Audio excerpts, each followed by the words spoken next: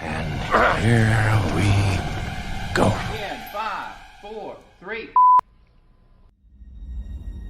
Call to me, lands far away. Elves have forests to protect. We need to build a wall. Dwarfs their mines. Men their fields of grain. But we Harfoots have each other. For I must now wander this wandering day. We're safe. You have fought long enough, Galadriel. No. Put up your sword. The enemy is still out there. The question now is where? It is over. Nothing is over! Nothing! You were the chosen one! It was said that you would destroy the Sith, not join them! If you only knew the power of the dark side. Darkness will march over the face of the earth. It will be the end, not just of our people, but all peoples. Everyone! I am sorry, but their time has come. The past is with us all. The past is dead. We either move forward or we die with it. This could be the beginning of a new era.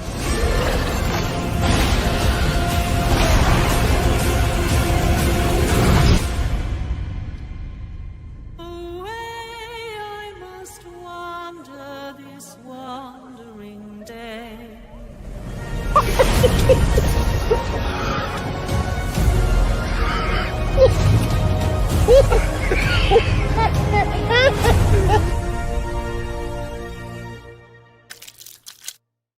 To him finally being lionized as in the prime and his prime. Fuck.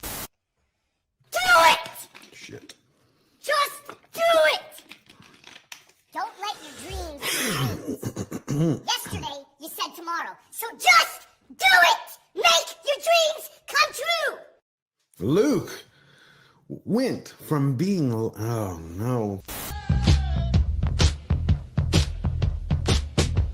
Welcome, Slayer Nation. I have some great news for you today.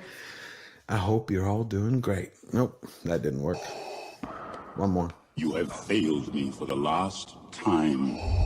Welcome, Slayer Nation. I hope... If you're tired of starting over, stop giving up. That is eating away at what you love in order for it to shine. And one man's vision is... Sometimes you don't have to make things better for them to be great again. You merely have to Okay. Hollywood continues to slow boil the culture and crazy. Well, right now, Spider-Man actor Andrew Garfield has stepped up and he's fighting motherfucker.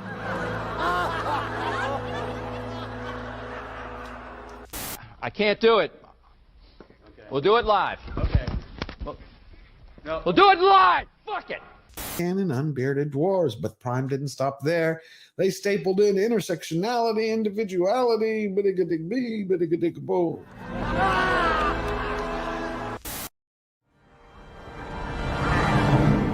So it begins. At my signal, unleash hell.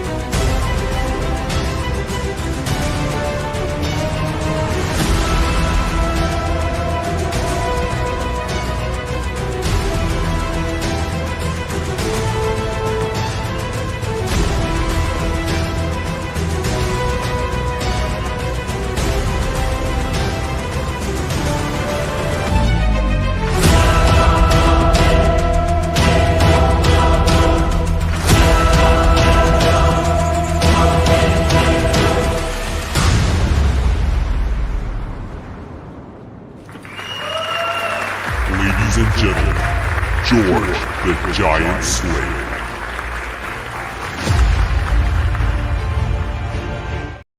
Welcome back, everybody, to Slayer Nation Live. It's a great day. I just saw somebody say, for Gondor, for America, for all of you. I love you all. You know, I say that, but I really do. You mean the world to me. And this is a great day, a phenomenal week. We got some incredible news. Aaron Charman, let's go. Hell yes. Oh, Jill is here. Toxic Waltz, Bob the Lobster, Razorburn, my favorite rivet head, freaking IKEA chair. I like that, Mark Daly. All of you. Beautiful, beautiful souls. Well, PBS and NPR got put out to pasture. You're no longer having to pay to have your kids or your family program. Plus, Superman soars to the top of the charts. He remains there at number 1. And we're going to get into the con from Krypton, which is a thing that I was sharing with you all last week that you probably already heard about the spoilers was confirmed to be true. So we're going to talk about that. Plus, we got a hell of a lot of reboots, retreads, recycles. Anybody remember the movie Practical Magic with Sandra Bullock and Nicole Kidman from 98? Well, they're making Practical Magic the sequel. It'll be out in the year. Then we got Amityville. Amityville is being made.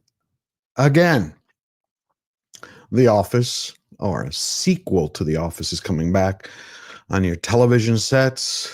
Plus, there's just too many to count. The only thing that I'm looking forward to that we're going to touch on is Takashi Yamazaki's Godzilla -1 has begun principal photography. He's doing the writing, directing.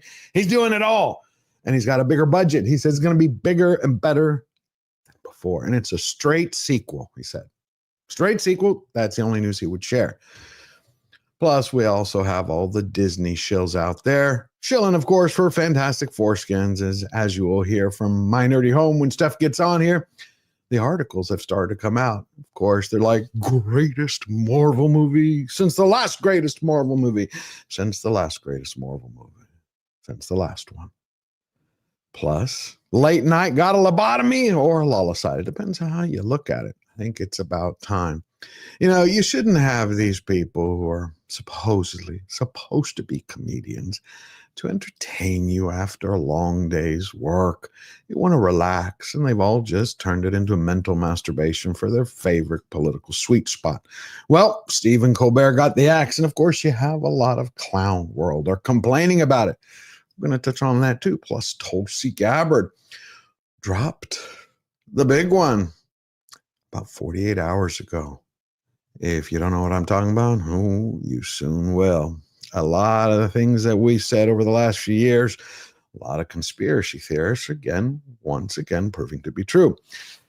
So let's just get going. Let's get them all out here. We have Verbal Riot, the DA, Steph from My Nerdy Home, and Tom from Midnight's Edge, Midnight's Edge After Dark, and Midnight's Edge Espanol, all here. How you doing? Good. Probably better than Steph. Why better than me? What did I do? I mean, all that drinking last night, Steph. Oh, I'm good. What were y'all Yeah, doing? I'm good. Party? Oh, y'all were talking about Flash. I missed it last night. Oh, Flash, yeah. Man, Yeah, I gotta I'm go good. I back. woke up at 8:45 and did my 9 a.m. stream this morning. I'm totally fine. She is a trooper. I'm telling you, trooper all the way. Steph can drink like an Irishman, right? When it comes to whiskey, I can down the whiskey. It's the tequila that I can't hold. Tequila, yeah. Now here's the question: can you drink like a Greek? Can you drink ouzo? Ouzo. Come on. What is that? Next meetup, I'll bring you some. I'll bring you Okay. a We will go Actually, with you know what? ouzo. I've had ouzo before. It's good stuff. Yeah. Have you ever had anise, like the Italian anise? Anisette? Okay. Yeah, it's really good stuff. Really, you're gonna like it. It's gonna be. I will bring the bottle. I have a special bottle. Nice. Okay. It's actually homemade. It was it's homemade from Greece. Somebody brought it. Okay. You just somehow showed up, FBI. I don't know how. They got it through. They even showed it to customs. They're like, okay, this was years ago. So I've had it for a while.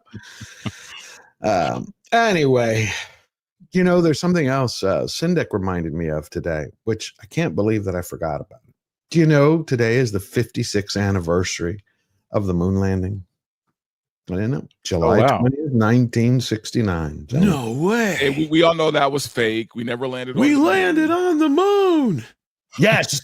And we heard these famous words. It was a soundstage from Warner Brothers. Very, very fine grained as you get close to it. It's almost like a powder.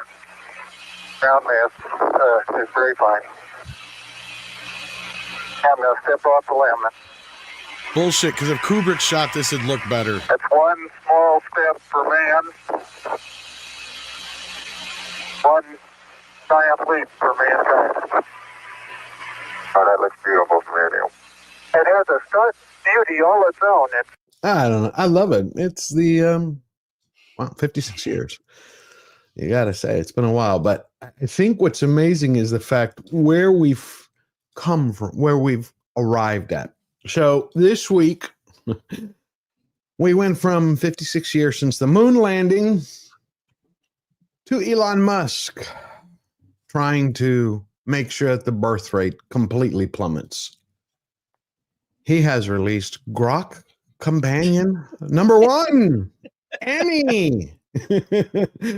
Annie for all those basement bobbleheads and Barbaras. I've gone since the announcement without watching any of these videos. Okay. Torture me. I know, I'll torture you. This one actually is, I think it's talking about, I don't know if it was physics or math, one of them that I pulled. Let me see. Slipping through reality like a tease. Superposition means they're in all possible states. Here, there, up, down. Until you catch them in the act with a measurement. And boom. This is fucking Gooner material, man. I agree. I agree. I 100% agree. And that's the guy, like, who just said it in the chat? I just saw it. Someone said, Dark Hierophant, always coming in with the great takes. He said, but Elon said we need to procreate more. Yeah, he just made sure that the Gooners, it's not going to happen. Did you guys see what happened in Japan after they released this? Out of all the apps, Grok immediately shot up to #1 on the App Store in Japan after the No way. Of course it did. #1 in Japan after the release of this app. Wow. After the release of the anime chick. Yeah, it's hilarious. They really are trying, they're really trying to make us go extinct. I'm at the point now, man, when people say they're an anime fan, I just assume they're a pervert, dude. At this point. Wait a minute.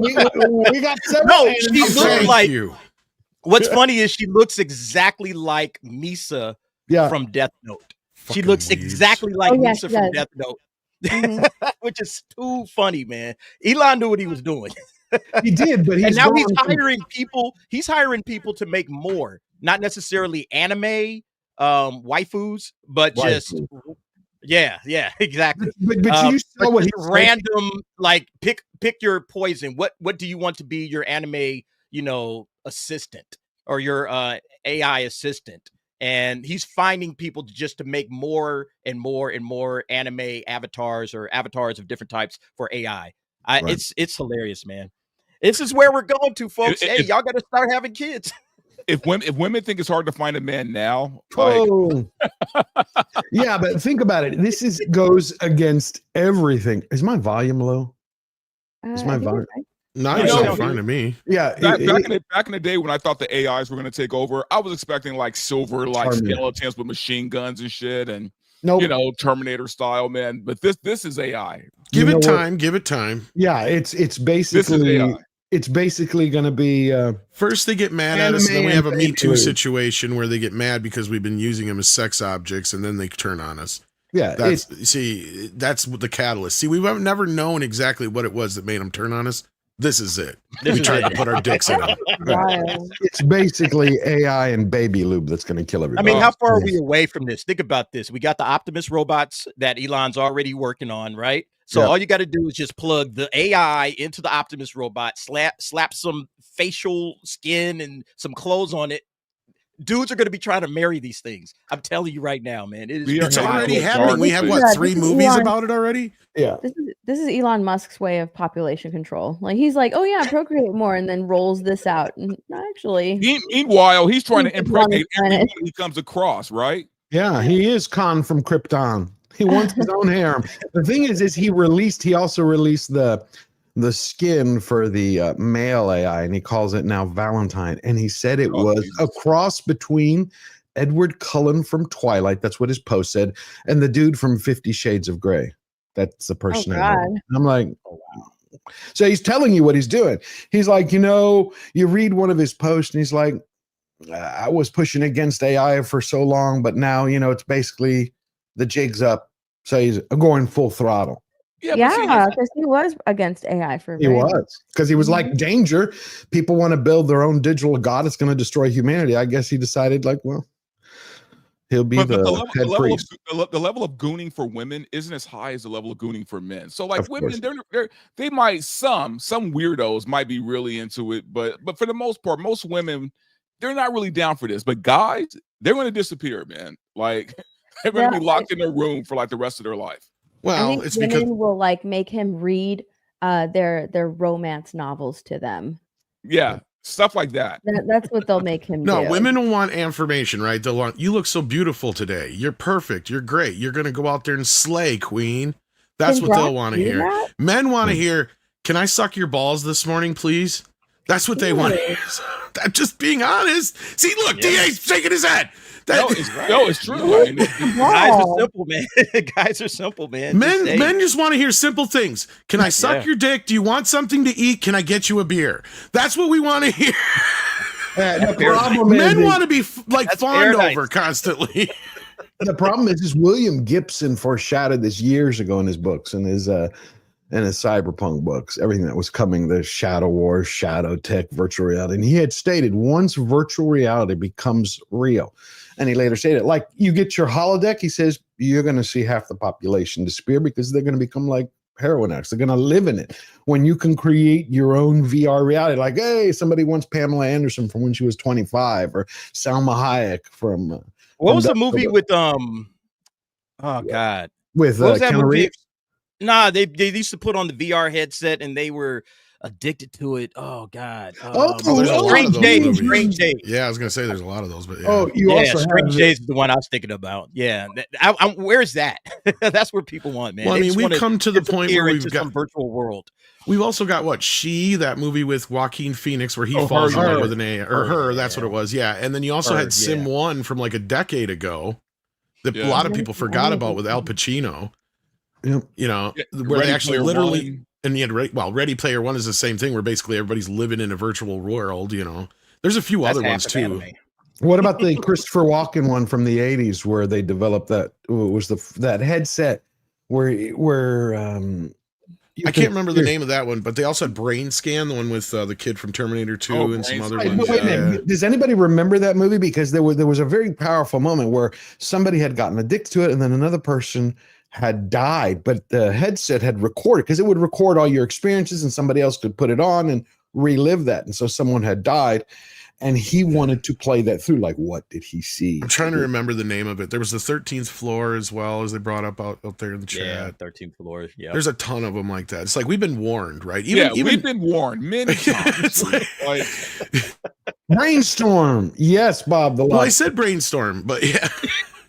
Was he in that one too? Yeah. Here's the other thing. No, Brain Scan was the one I said. Yeah, Brainstorm was the other one. Yeah.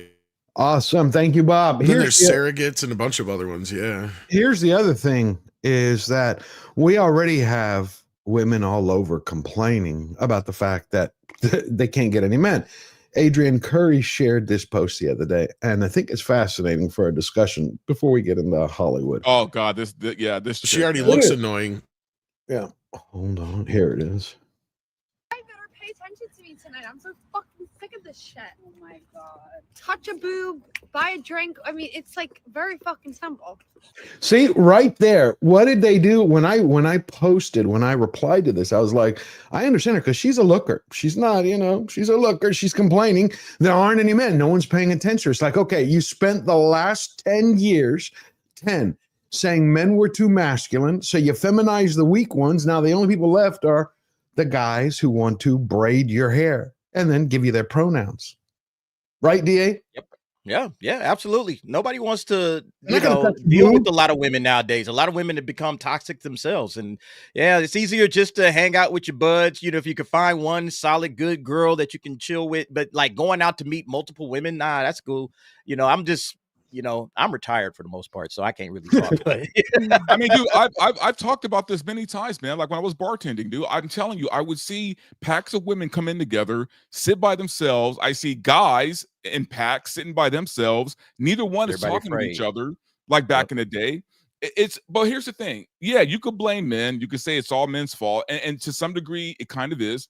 But they got to take responsibility too, man. They put this out there that, Come on, they wanted girly no, boys. they put it out there that they don't want to be approached. But they put it out there. They just want to, be left alone and whatever. They don't want to be harassed, right? So guys have said, okay, I'm not going to approach anymore. So now you have this situation.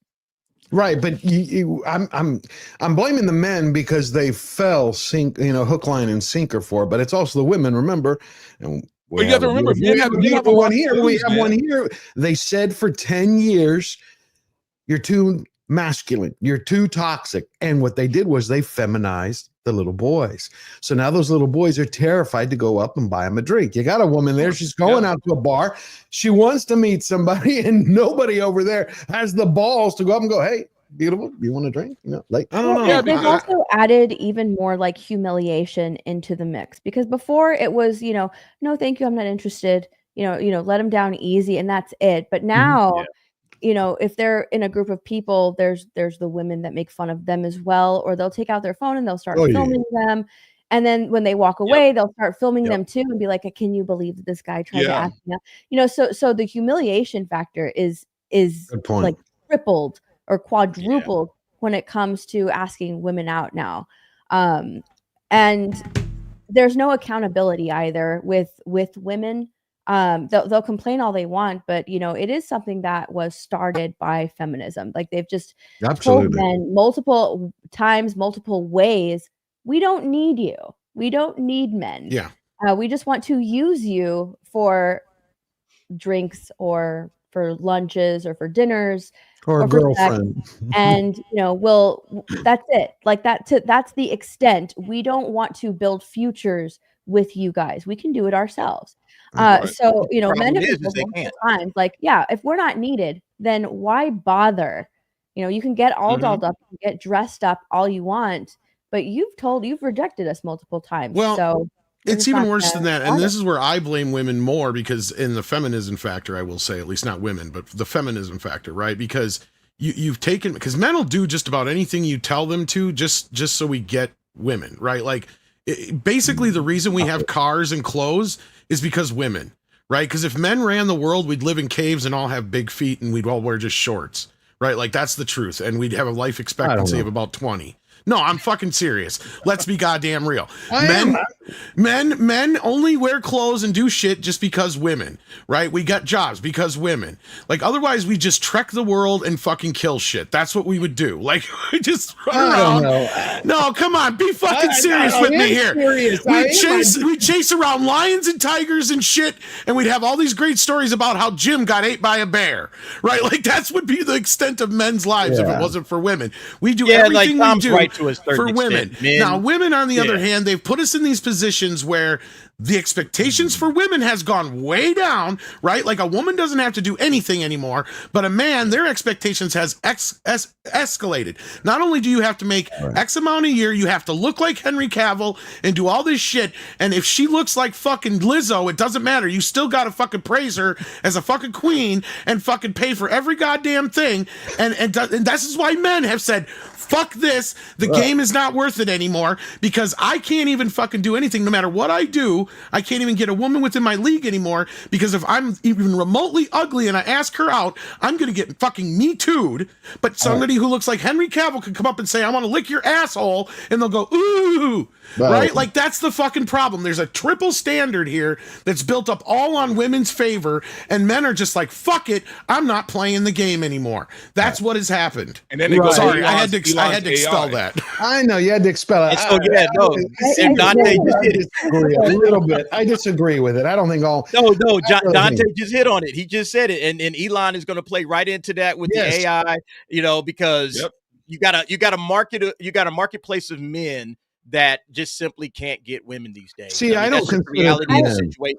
Yeah, That's the I reality of the consider them. situation. My sons, all right, 2 of my sons are dating, so I can't talk, but Right. I know from other guys that I talk to, their sons can't find dates. Their sons can't go out and approach women. The exact same thing you guys are getting talked about. They get clowned. They get, social media. Everybody gets, belittled. Somebody's pulling out a phone, recording it. The guy's made to look like a fool. Like all of this stuff is real. It's happening for the younger generations. Maybe for our era, it wasn't like that. Maybe in the millennials, but a lot of these Gen Z kids and these Gen Alpha kids, that's exactly what they're dealing with. And so Elon came up with the solution. Just get you an AI waifu. You good. You don't have to worry about it. I would disagree with the fact you called them men, the one he's appealing to. I don't consider them men. Real men, they don't bend, they don't bow, they have a good time, they do the things they want to do. We're talking about a new generation of little kids, of boys. I don't care if they're 20, 25, 30, 35, or 40. These are not real men. Real men. You go up to a woman, you ask a woman. Some of those guys are real men, but you have to understand, man. Men have a lot to lose in this. Like we have a lot to lose. That's my point. Yeah, I've never been afraid of words. I mean, I understand what Steph is saying, and I can get that. I've gone out. I've asked women out. Sometimes it's yes, sometimes it's no. Yeah, but you're from a different generation, man. You're from my generation, right? Right, Like, but I don't get hurt if a woman's like, yeah, no, really. Here's another thing, But, too, it's not even that, George. You got the Me Too situations going on where guys are getting called creeps. They're being told you're this or that. You have a whole different dynamic than what we were dealing with when we were coming up. We didn't have to deal with a lot of that stuff. These young kids right now, they're afraid to. Hey, this guy was creeping on me in the gym. You got Joey Swole making whole videos about this guy because girls that's what I was saying. insane right now. Yeah, there's too much going on. So guys are like a little bit more careful. That's why you got the passport bros going to other countries to try to find women that are not American women. I don't that have approach some women sense about them. I'm too much of an ugly motherfucker that I know goddamn well that I'm put in a position to where somebody can just cry fucking whatever they want for me to just ask them out on a fucking date. Well, with the younger generation, it's also because they've been conditioned by society to be more feminized, unfortunately, because they've been told that the way they inherently are, their inherent masculinity is toxic, and it's not the right way to be. They should be more in touch with their feelings, and unfortunately, because of that, it's made women even more narcissistic, because that means it's all doting on the woman. And I think that that is not based in reality. Reality is that men understand that, if you ask a man, can we survive without women? A lot of them will say, no, we need women, right? I mean, that's the future. You get women pregnant and they reproduce, and you can't live without, you can't survive, or society wouldn't be able to push on without a woman. Whereas if you ask a woman, they'll be like, oh yeah, for sure. We can totally be without men. We can do it all. We can do it all. It's this lie that's been spouted towards women. And now you see women in their late 30s and mid 40s in their cars crying because they bought into this idea that you can be without a man. You're going to be happier without a man. You can live your life as a man and screw around, even though it's going to fuck you up mentally, because mentally, biologically, women can't do that. You can't sleep around like that. Lily Phillips might disagree. But. Because you have nesting syndrome. You have a lot of Steph's got a point. I'm kidding. Crying why I'm successful. I have a college degree. Why am I alone? Why haven't I started a family yet? I'm alone. I cook really well. It's like, well, you spent all that time hating men and not wanting to be with one, so you're alone now. Unfortunately, the time has passed.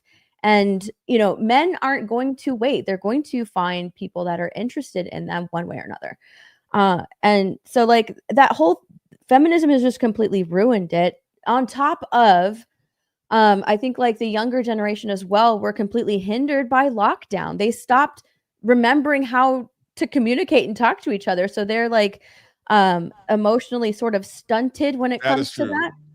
They also prefer different ways of communication. They will ask for either an Instagram or a Snapchat. I fucking hate that number, and they'll spend the whole time texting someone or DMing someone. So it's completely different. And even that takes them a while to do because they're scared to go up to a girl or approach somebody because of all the humiliation that could potentially come their way.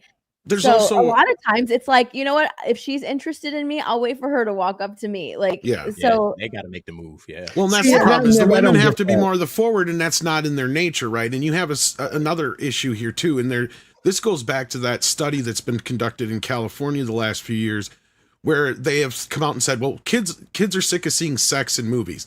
And I said, no, if you actually read the study, it's more so they're fucking confused. Because if you actually go through the study, what's confusing them is they can't differentiate between friendships and fuck buddies, and they don't know what a real relationship is now because of this hookup culture, right? Like there is always this incentivization involved in their friendships. And this has really confused this generation and caused them to be unable to have basically like standard relationships. Like, I hate to have to use that word, but like, you know, the basic idea of being monogamous with one person and, you know, just being friends with somebody on the other end of it, right? Without there being any kind of attachment to it whatsoever. So if it's not just a constant texting thing where there is no actual, you know, verbal or physical communication whatsoever, it's this other side of it where there's this confusion of, are we dating? Is it a friendship? Are we just fuck buddies? Are we actually having a relationship? And so what this is causing is this issue where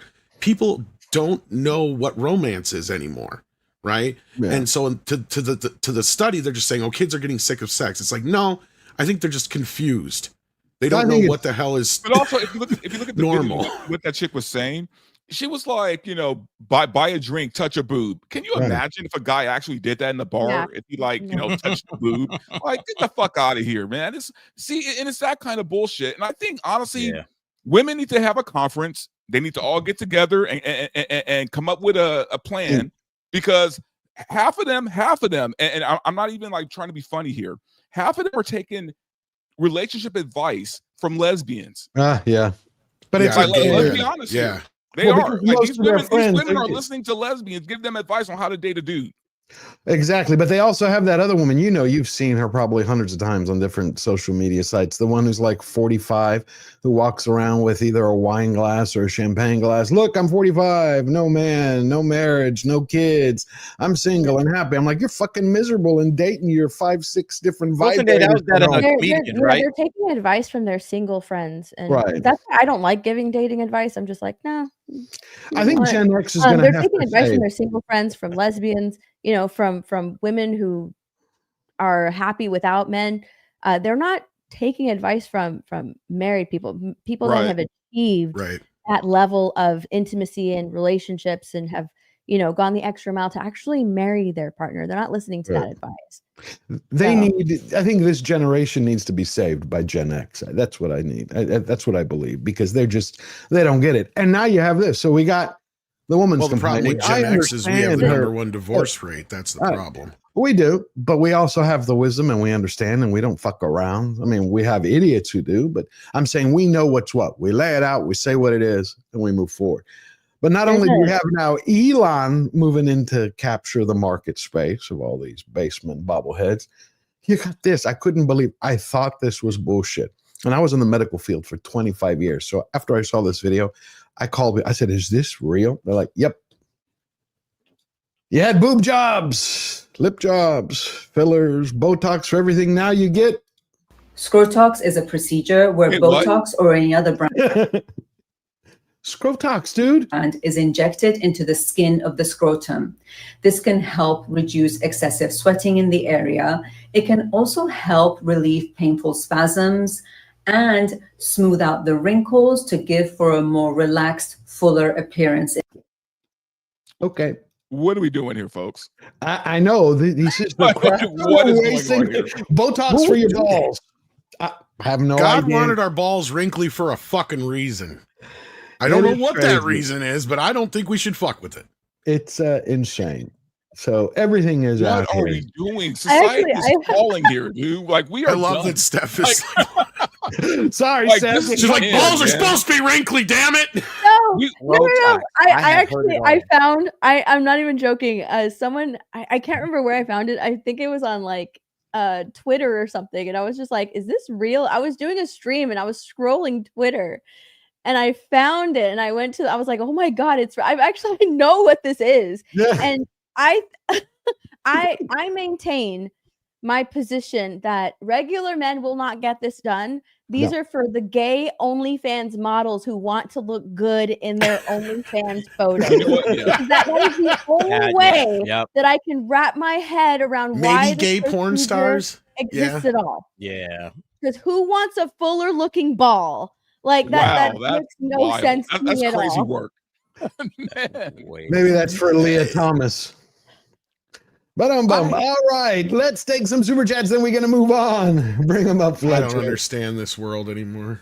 It's breads and circuses, brother. It's breads and circuses. This is half this shit. Make money while Rome burns. I thought I was supposed to be in like my 60s or 70s before I go, I don't understand this and I'm not with it anymore. No, because it's moving too fast. Then you got Elon putting out pervy shit anyway. TGV Monster for $2. Hi, everyone. Hi, how you doing, TGV Monster? Always love seeing you here. TGV Monster gifted one Georgia Giant Slayer membership. Love you, brother. Thank you for that. Please go thank TGV. All right. And we have next Jeremiah Embry for $5. Superman is over 400 million. And did you watch the Netflix earning call? I didn't see the Netflix earning call. I did listen to the Netflix ratings when they were listing them out because Meghan Markle's show, I thought it was hilarious, came in at number 386 on their most watch list. So it was horrible. Thank you for that. And yes, Superman, we're going to talk about that in a moment. It's at 406 million and still number one. Joe X for 150, 1.5, 150 pounds. Super sticker. What was the super sticker? Thank you for that. Fletcher, do you know what the super sticker was? It was rainbow. Rainbow. Thank you. Brighten our day. It's been kind of raining here on and off. It's July, not June. Mark Daly for $10. Maybe Colbert can get a job from PBS or at least NPR. Whoops, maybe not. Guess it's time to learn to code or stand on the corner with a cardboard sign that says, "We'll shill for food." I love you, Mark Daly. Yes, we're going to talk about him. This is the guy. Remember this. They were losing $40 million a year. He was being paid $15 million a year. And when CBS only wanted to give him 100 people for his staff to run the show, he put in his comment, he demands 200 people for his staff to run that show. 200. But that's not the reason he got canceled. He deserves everything he gets. He does. But have you seen everybody flipping out in Hollywood on both the East Coast and the West Coast? And we're going to jump into it because the real reason he got fired was because the fact that only 1% of America watches it, which is nothing. Yeah, because he alienated the other half. Yep. And we'll show the video. I think that actually probably sealed the nail, put the final nail in his coffin. Patrick Robinson for $10. I bought my tickets for Fantastic Foreskins. Heading straight after work Thursday to see it. Thanks to A-List. I didn't pay for a ticket. Pray that I don't suffer too much. You got my prayers with you. Can't wait to hear what you think about it. Let me know as soon as you get back. Leave it in a comment. Mark Daly for another $5. Skynet's not going to have to build Terminators. They're going to make us stop procreation and stop doing all the jobs we make them do. Yeah. See, tell me what y'all think. It's like, I like the idea of Elon's bots at first, but then I thought, wait a minute.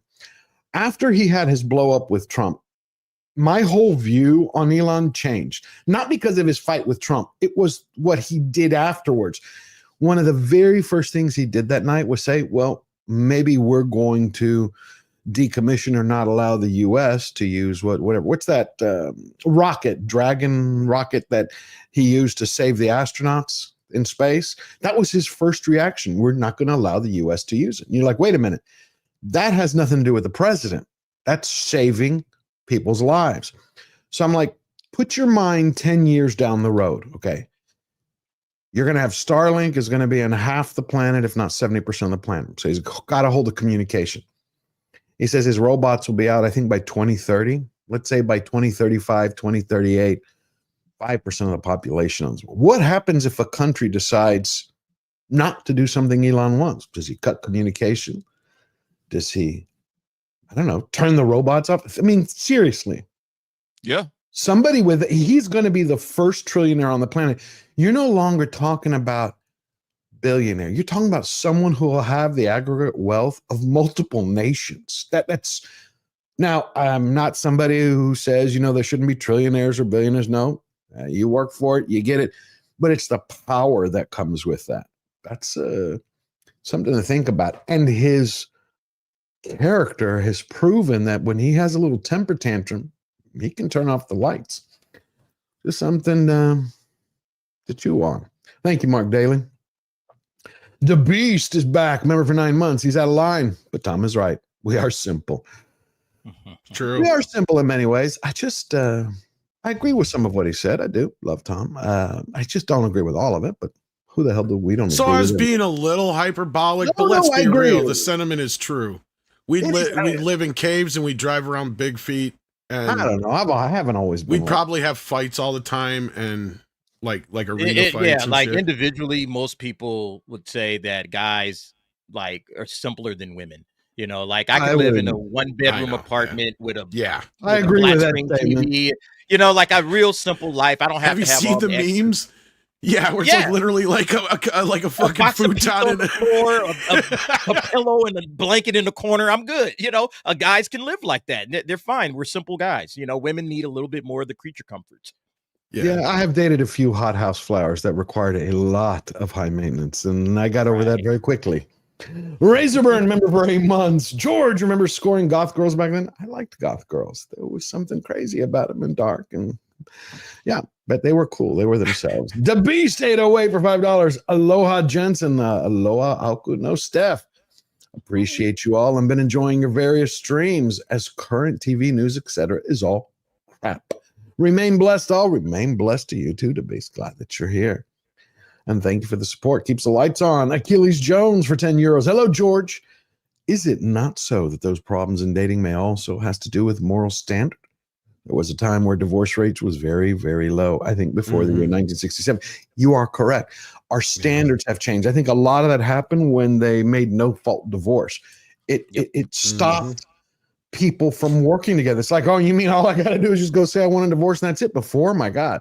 But also we didn't have OnlyFans back then either, right? Like, right, you always had porn, but in different ways. Yeah, but the porn industry has changed completely. Look, we've had porn, but look, we had to work for porn back in the day. Yes. We had to go out and do things, right? We had to go to that video store and walk behind that red curtain, right? Hoping nobody saw us, right? We have to go to those liquor stores and buy those magazines. Like, you have to go out and do something. Like, porn wasn't like readily available. Now it's on your phone. Did you not have strip clubs? Did you not have strip clubs in LA? Because in Texas, of course, that's what I'm saying. You have to go out. You have to leave your house.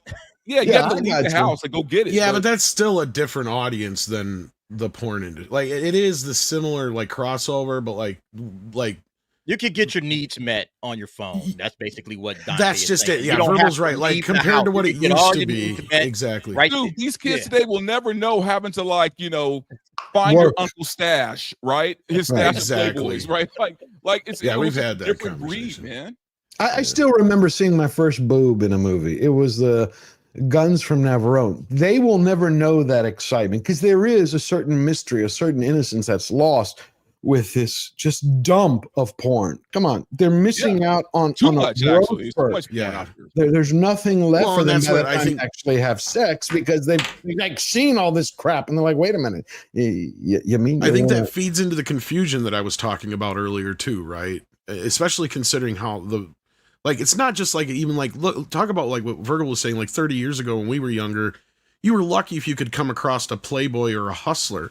Now, literally, you can watch the craziest fucking porn you can think of. Yeah. Right? Like that stuff that we couldn't even have dreamt up back in the day. Like, it's like the rule, what is it, rule 34 or 32 or whatever the hell it is? Like, you think it up, and generally there is that porn out there, right? Yeah. Like quicksand porn, for fuck's sake. I heard about quicksand porn. I'm like, you've literally reached the end of the internet, haven't you? Like, there's no place else to go beyond there.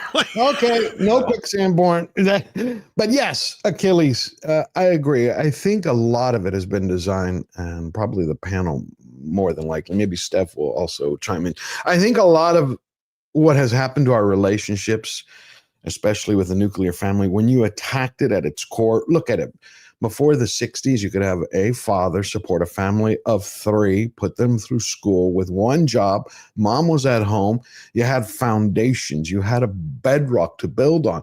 And all of a sudden, things start being designed, whether you want to call it third wave radical feminism or fourth wave radical feminism, this independence that comes about.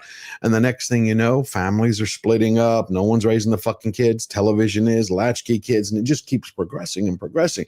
Throw in no fault divorce. It's always what, the grass is greener on the other side. So yeah, thank you for that, Achilles Jones. Appreciate the take. Mark of Reality is here for $5. Couldn't agree with Tom more than I do right now. Keep the fuck away from my scrotum with your science. Hell yeah. Right? Yep. Who comes up with this shit?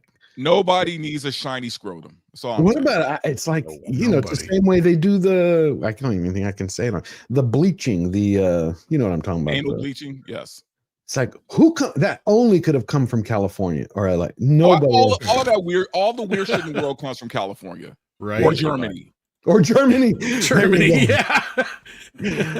TGB Monster for $20. Ninth issue of my comic book series, Living Dead Hunters, is out on Webtoons now. It's about 5 people fighting the living dead and monsters in an abandoned town run by a cult. Episode 9, Malevolent Wrath, introduces a new villain.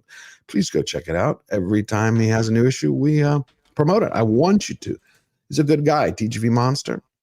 I've looked at it. Go take a look at it. Go support TGV Monster. That's how we do here at Slayer Nation. Graph Web for $2 in the name of all that is holy. Cancel Disney Plus. Well, we're getting to it. Now, a lot of shills out for Fantastic Foreskin. Thank you, Graph Web. You're amazing. Donna. Did you see the best one yet? Which one? Oh, yeah. Where you don't need DA and I we put this 2 and 2 together because somebody's like, bring tissues. And it's not because you're going to cry. The beat off one. And then the other guy is like, this movie beats you off from beginning to end or whatever it is. It's like, okay, now it makes sense why you need the fucking tissues. I couldn't believe it. I couldn't believe it. We got to see the popcorn bucket from last night. Steph, pull it up. I can't show you the one, I don't think. not yours, Tom. Not yours. But which popcorn? Is it something I haven't seen? The Pedro one? Oh, wait, that's the stretchy hand. Yeah, show him the butt one. What? I think she stepped away, but yeah, she's got one with the bubble butt one. Yeah, dude. The stretchy. No, it's. Oh my God, we got to look at it. We will look at bad. it. We have to when she gets back. Donna Hergenrether. I shared mine in the chat. If somebody wants to share that in the. Hold on. You can't share that, dude. Don't put it on screen, dude. Holy shit! That's not real. That is some of it real. is. That is not fucking real. Can't share that. No, you cannot. Somebody wants to share it with the actual chat. Go ahead. Oh my God. Click on your own risk. Can't share that. Oh my God. We've reached the end. I figured it out though between me and DA. Like it all makes sense now. This is what that popcorn bucket's for. Yeah, this is Pedro's glow stick. Yeah. Donna Hergenrether. Sorry for that, it Donna. beats you off and it doesn't stop. It doesn't stop. Never. When are we going to have a review? Is that, by the way? Who the fuck reviews a movie like that? Well, you know what? I actually figured it out because I was going through a lot of his other shit. They totally do it on purpose. They do it on purpose because what they know is that Screen Rant and the Direct and comic book movie, they're going to like grab these and they put them in their articles, right? They grab these quotes, they throw them in their articles, and they get a big kick out of it. That's basically all it is. So, it's fucking genius. It is when you sit back and think about it. It's a great troll, but they're basically trolling, and so they put all of this sexual. I want to see it in a TV ad though. It beats you off and doesn't stop, says Dio on X. I can't even do it. I was no, I'm not. Dick is so. All right, one more time. I'm going to try to read Donna's super chat. She's a great person. Donna Hergenrether, member for 18 months, year and a half. Wow. Still love you. I love you, Donna. Thank you. In October, we'll be celebrating 2 years. 4 years YouTube, and January 2 year stream. And Mark Daly for another $5. F1 is a great movie. I absolutely agree. F4 is a dumpster fire of hot garbage. Oh shit, you've seen it? I just want to know what happened to F2 and 3. We jumped from F1 to 4 already. Just like, but is F4 out somewhere? And I don't know. No, I'm watching it tomorrow though. There's, I was gonna say, I think there's been some preview screenings, and that's about it. But yeah. Okay. Next, thank you there for that, Mark. I appreciate it. I think that's it. Fletcher, do we have any more? Is that no? Mark Daly for $5. I quit strippers a long time ago. With hookers, you get more bang for the buck. Yeah. Yep, I agree. And then we have Bob the Lobster gifted 5, George the Giant. Way to go. Please go thank Bob. That's a beautiful sight to see. Now, we're going to take a look at this. Oh, nope, I can't show that. Almost clicked on. Yeah. We need a little bit. Yeah, I was about to. Before we move to our first movie, I just had to share this. It's not really a palate cleanser per se, but these 2 clips, I think, talk a lot about society and what we're going through. I think this one is funny in a weird way. Is that a trans dude on the left? Probably. I guess we'll find out. But it wasn't what I was focused on. It was something interesting. Now you can respond. Women cannot be racist to white women. Are you kidding? Oh, that's Tyler Perry for sure.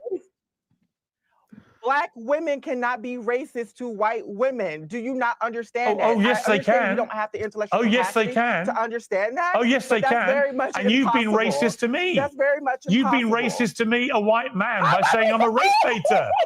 Yeah. How am I racist to you? I'm black. I can't be racist to you. You called me a race baiter with no evidence. When have I been a race baiter? That is the dumbest thing I've ever heard. When have I been a race baiter? Tell me. I know. So that goes on, I think. And then here's what's up? That's Blossom. I cannot stand her. She's a trans activist. And yes, Pierce Morgan learned real quick not to invite her on his show because of her takes. They're terrible takes. But yeah, I can't take her seriously. I can't stand him. Is it her or he? Can't stand him. It's a him. It's a him. Yeah. Gotcha. Can't stand him. I told you it was Tyler Perry. No, I've seen him in debates with Blair White, and I think this is a shtick for this dude. I think that he knows that it pisses people off. He knows that it'll get people riled up, and you know they'll tune in to watch because he always says dumb shit like that, right? And he knows it's bullshit, but he'll say it anyway. So he's one of the oldest lies. I genuinely think that they believe it. Like they believe it. Yeah, they genuinely believe these things. However, I think that they're not doing it for, you know, the reasons that they're saying that they're doing it for. Like, I'm a trans actor. I don't think so. I think that he's in it for himself to get as much clout as he can. Grifter. I've seen him plenty of times on Jubilee. I love watching those shows on Jubilee. There's been plenty of times that I've seen this character on Jubilee, and I think like Michael Knowles was one of the what am I talking about? One of the people on Jubilee who was participating in one of the videos, and he was like, "Have me on your show. Have me on your show." Like that's all they want is clout and to get their name out there. Not for trans rights or anything or any type of activism. It's all for themselves. So it's really ridiculous. A troll? Well, is it a troll or grifter? Well, a total grifter. Yeah, not a troll, because I think that they believe everything that they're saying. Gotcha. Well, believe it or not, like beyond the whole like RuPaul thing that she said that they're doing here with the whole, like this is one of the oldest things here in the world, right? Like they keep pushing this idea that black people or anybody who's basically not white cannot be racist. Like, who came up with this idea, right? Like, it is so. It's been around for the longest time, and that's what I was saying. This is not the first time I've heard it, and it's, if anything, I thought it was one of those ones they finally got past because it's like this. It's it just allows ridiculous. It just allows these activists, these people to be hateful, you know, just to hate white people and get a free pass for that. That's basically all it is. The power plus privilege. Yeah, it's basically saying when I do it, it's not racist, right? Yeah. Right. I don't have any power. Racism is power plus privilege. That's what they try to say. They try to excuse it that way. So if I don't have power or I don't have privilege, I can't be racist. You know, because it's really just you imposing your power and your will and your privilege against me, this poor widow black person. That's what they're trying to push out there. And it's like, no, racism is strictly built off of anybody that sees race ahead of everything else. All right. If you're a racist, you see race as the preeminent thing. It's more important than anything else in the world.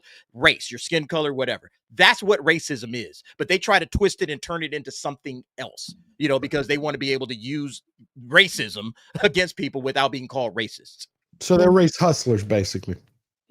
Yeah, They're well, race they're hustlers. more than race hustlers. They're racist. They're just plain racist themselves. They hate people because of the color of their skin or whatever. Yeah. You know, they're victims, and they try to constantly push their victimhood and say, well, and because I am in this poorly worse position than somebody else, I can't possibly be a racist. You know, even though I hate this other person whose skin color is different than mine.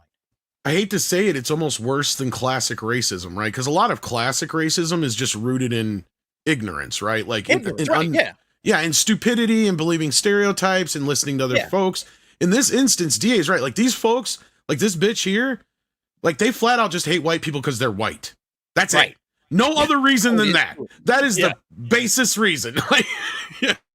Yep. Right, and that's literal racism. That's what racism is. I just hate a person because of the color of their skin. Has nothing to do with who they are, has nothing to do with what they believe. It's just the fact that this person is white or this person is black or this person is this race or that race. They hate them. And so they're trying to excuse the racism by saying, well, I can't be racist against a white person because I don't have the power. I don't have the privilege. You know, that's what they're trying to use as their excuse. But the reality is they're just racist. Which also feeds back into what we've always said. It's not a race thing. It's more of a class thing, right? And that's where these guys have always built their bullshit on, is to separate and make people argue over stupid shit, when really the bigger thing is, you know, like I've said it before, they figured it out a long time ago when we kept saying, you know what, the problem is the man. The man is the problem. What does the man represent? Man represents authority. It represents the government, represents, you know, whoever's oppressing people that are of a lesser stature, right? It doesn't matter about your skin color. It just matters that maybe you're, you know, a blue collar worker or what have you, and you're not as rich and famous as certain other people. So the man was the guy who's always trying to keep you down, right? And living off of your blood and your sweat and your tears, right? Well, then they decided, well, let's change that because that's us, right? They're like, let's put white in front of that and see what happens. And that's what's basically we've been living through, is this fucking experiment for the last 15, 20 years where they put white in front of the man. And now all of a sudden it's just white equals rich, white equals privileged, white equals. It's like, no, this is not the 1940s any fucking more, or the 1950s, right? To where it's a little different, to where, yes, a white man could walk into any diner in America, to where, yeah, a black person couldn't, right? Or the same thing with getting married, right? A black person couldn't even marry a white woman or vice versa, you know, 40, 50 years ago in most states, to where now I'd love you to tell me one state you can't marry somebody of a different race. Absolutely. I don't think it exists. Nope, it does not exist. And we have, before we get to our palate cleanser in Superman or Stephen Colbert, there's a new book coming out on Gwyneth Paltrow, a biography. I know Dante will appreciate this from his Diddy days. That is a dirty rumor, sir. Paltrow's ex, Ben Affleck, reportedly brought even more. It says that she likes to be all prim and proper. No, she was Weinstein's, not Diddy's. But it says that her ex, Ben Affleck, reportedly brought even more of that ribald to light. The book alleges that makeup artist Kevin Aquan said in his London hotel room one day after lunch that she, meaning Gwyneth Paltrow, loved when Affleck teabagged her. Wait, what? That escalated quickly. It's going into her. Who is the real Gwyneth Paltrow? Did Affleck get those shots to make his balls? Lady. Yes, she is. I mean, we do have to remember that this woman literally had a vagina scented candle. So she's a weird lady. She's a freak. She's a freak and a half. I thought, this is. So it could be true. It could be true, actually. Well, she hasn't been sued. The author, it's releasing on the 26th, and the publisher hasn't been stopped. So I'd teabag her ass. I'll tell you that much. Hey, I don't like Gwyneth Paltrow. I know. I don't. And now my question though is, did he get the shot? Does Ben have the smooth balls? I have no idea. Did he get the scrotox? Who knows? Did he get the scrotox? Yes. Batman's balls. Now for a palate cleanser before we move on. Somebody put this online the other day. I thought it was funny. Oh, Steph, they kept talking about your F4 popcorn bucket, that it was some kind. From last night. Oh. Yeah, we need the booty bucket. Where's the booty bucket? The booty bucket. Hold on, let me see. I think I bookmarked it last night. Oh yeah, here it is. Dude, it's wild work, man. It's not the one that. There's no way this is not on purpose. No. This is not. I'll put it in the private chat for you, George. Okay. There you go. It's safe, George. It's safe. Okay, because it's not. Yeah, this is an actual manufactured thing. Yes. That is a really. This is a thing, man. This is probably Pedro It's probably on his mantle right next to his bed. Dude, this is crazy, man. Look, what are we doing here, man? Gay booty. He's thick. He is very thick. Why does he have a fatty? Like, what are we More doing cushion here? for the pushing, Verbal. You could set a drink on that thing, dude. What are we doing? I know, right? I so want this to be real. Like, I don't Is it know. not- is it not real? It's real. I don't- It's gotta be real, right? I asked No. him if The this was a bucket's popcorn real. bucket. He said yes. So I don't know if it's his or not.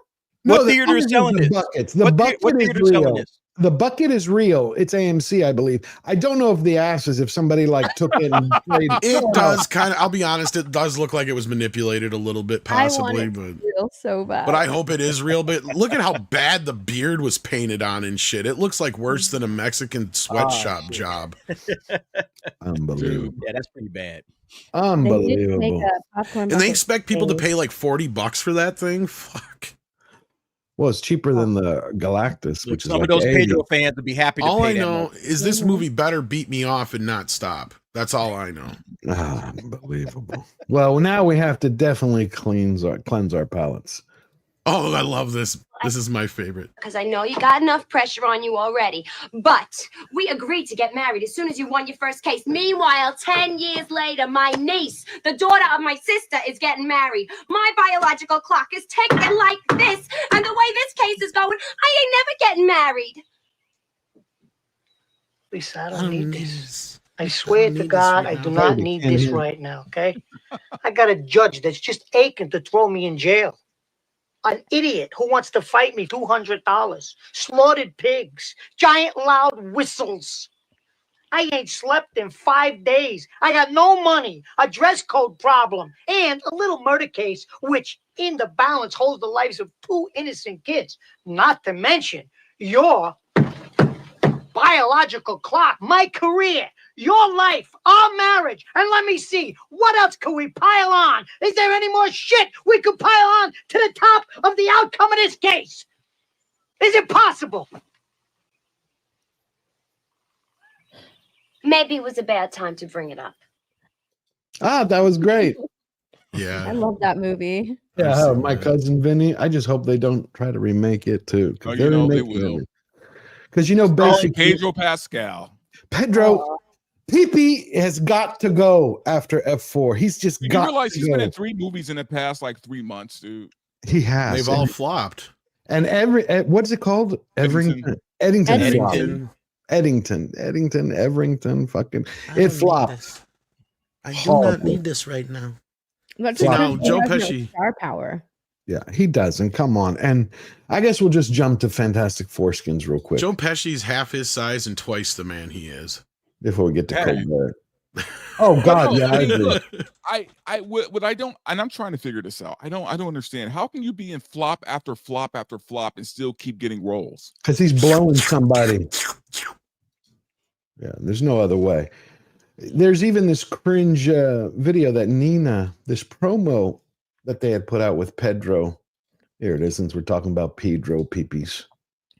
There we go. Peds.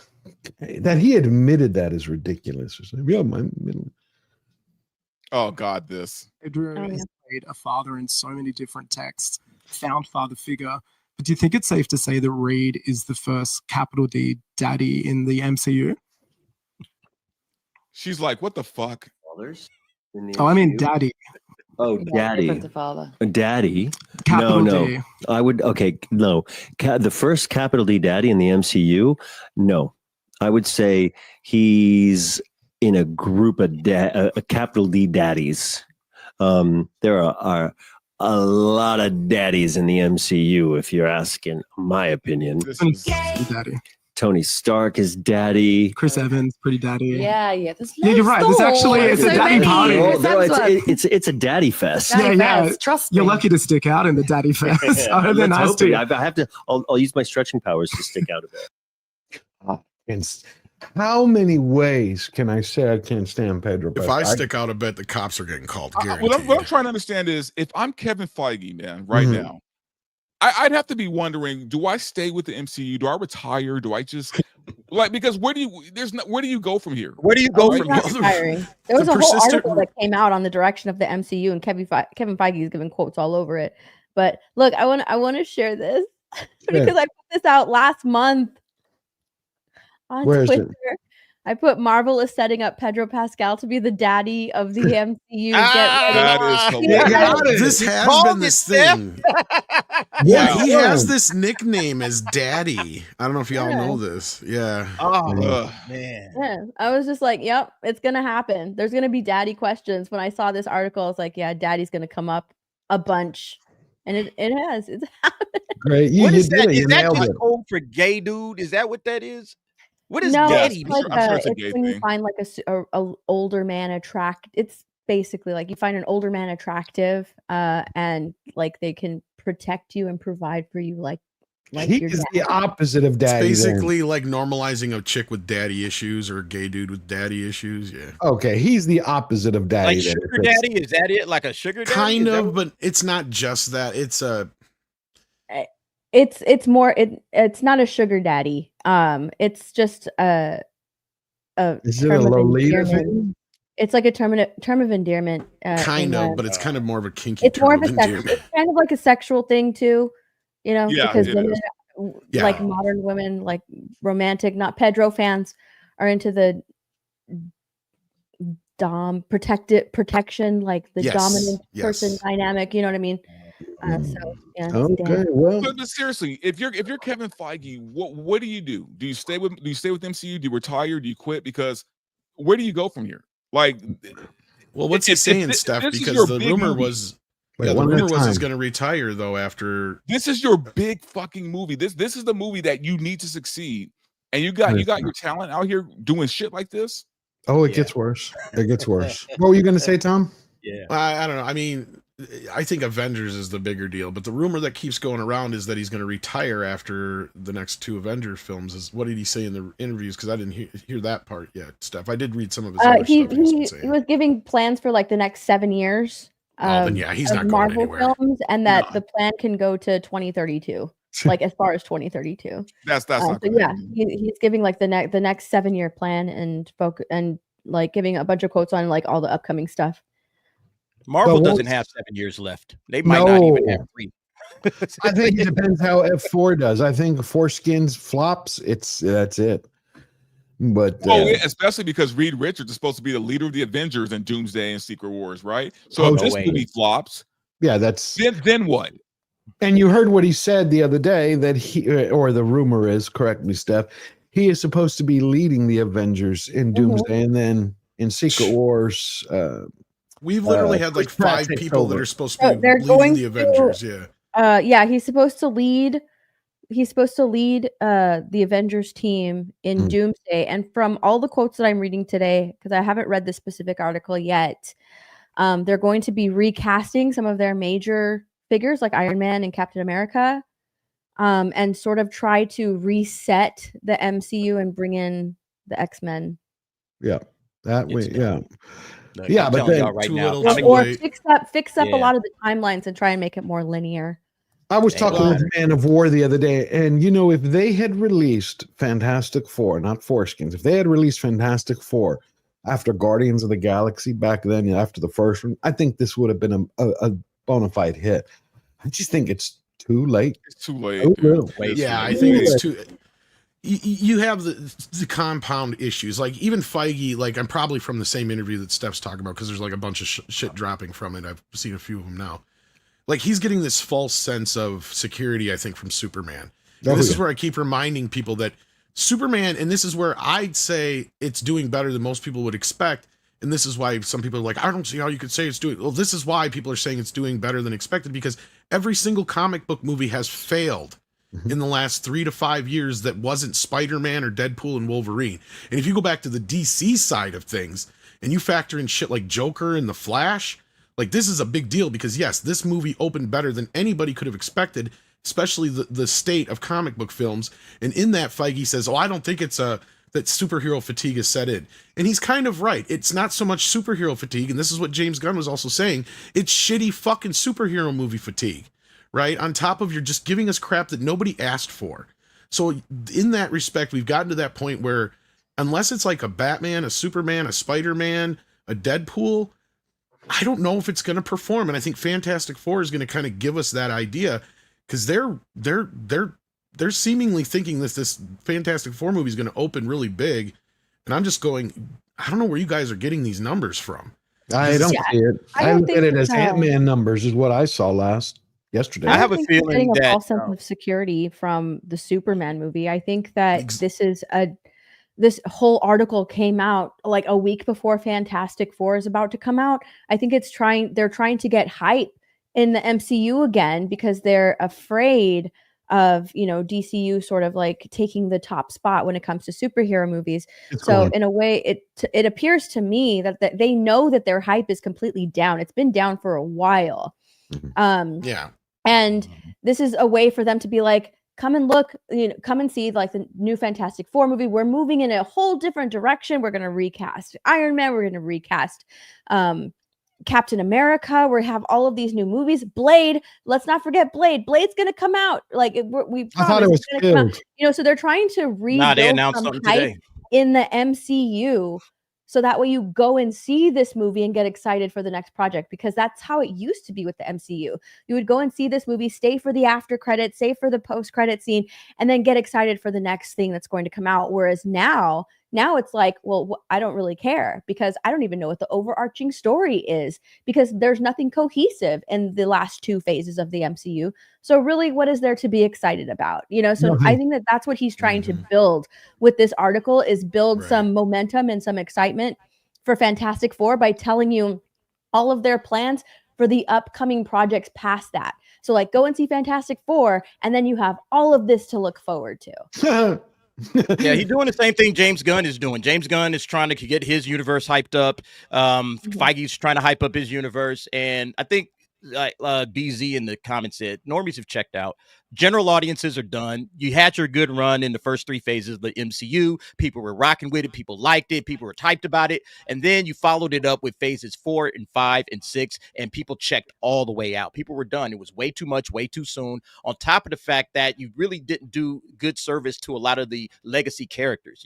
After you killed off Captain America, after you killed off Iron Man, it was kind of like, what's the point? I mean, really not killed off Captain America, but just kind of put the character to bed, and then you race swapped them. It's like, I don't really care about this franchise anymore. And people have absolutely moved the fuck on. They're watching other things now, and they could care less about the MCU. And that's why you've seen Thunderbolts flopped in the box office. Captain America flopped. The only thing people are coming to, like Tom said, is Superman, Batman, Spider-Man. They might rock with a team-up movie like the Avengers, something in that regards. Everything else is going to go all the way back to pre-MCU days when we were getting Ben Affleck's Daredevil.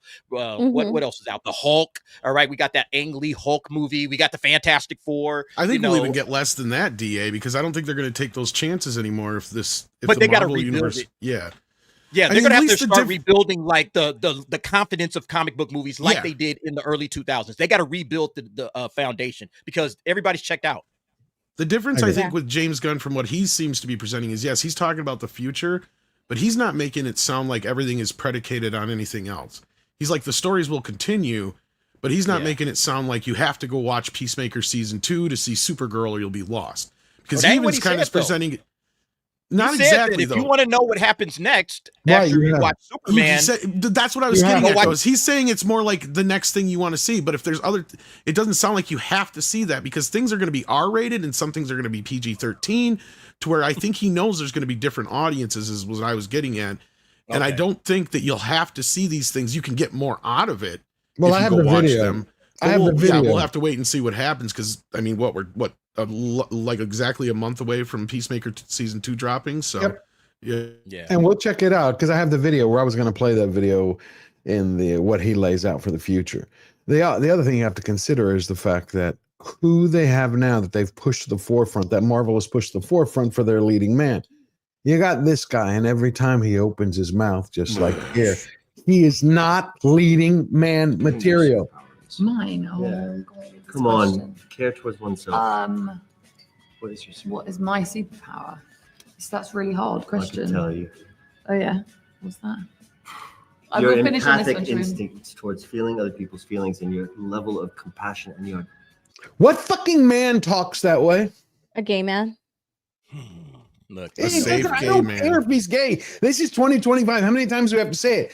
But the way that they're promoting him, it just does not tell me Reed Richards. Well, this shows you the difference between the media and the general audience, right? The separation where we don't care. Yeah, nobody about all cares. this garbage. Yeah, nobody does. You're right, Tom. Nobody cares. I was even going to show you like the figures, Hot Toys, right? Because I used to collect a lot. Hot Toys released the figures the other day.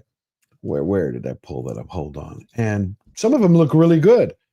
Hold on. Here we go. And Hot Toys has never. Oh, did we lose Verbal? We lost Verbal. He probably had an internet hiccup that happens. Okay, so this to me tells me, and Steph, DA, Tom, tell me if y'all agree with this.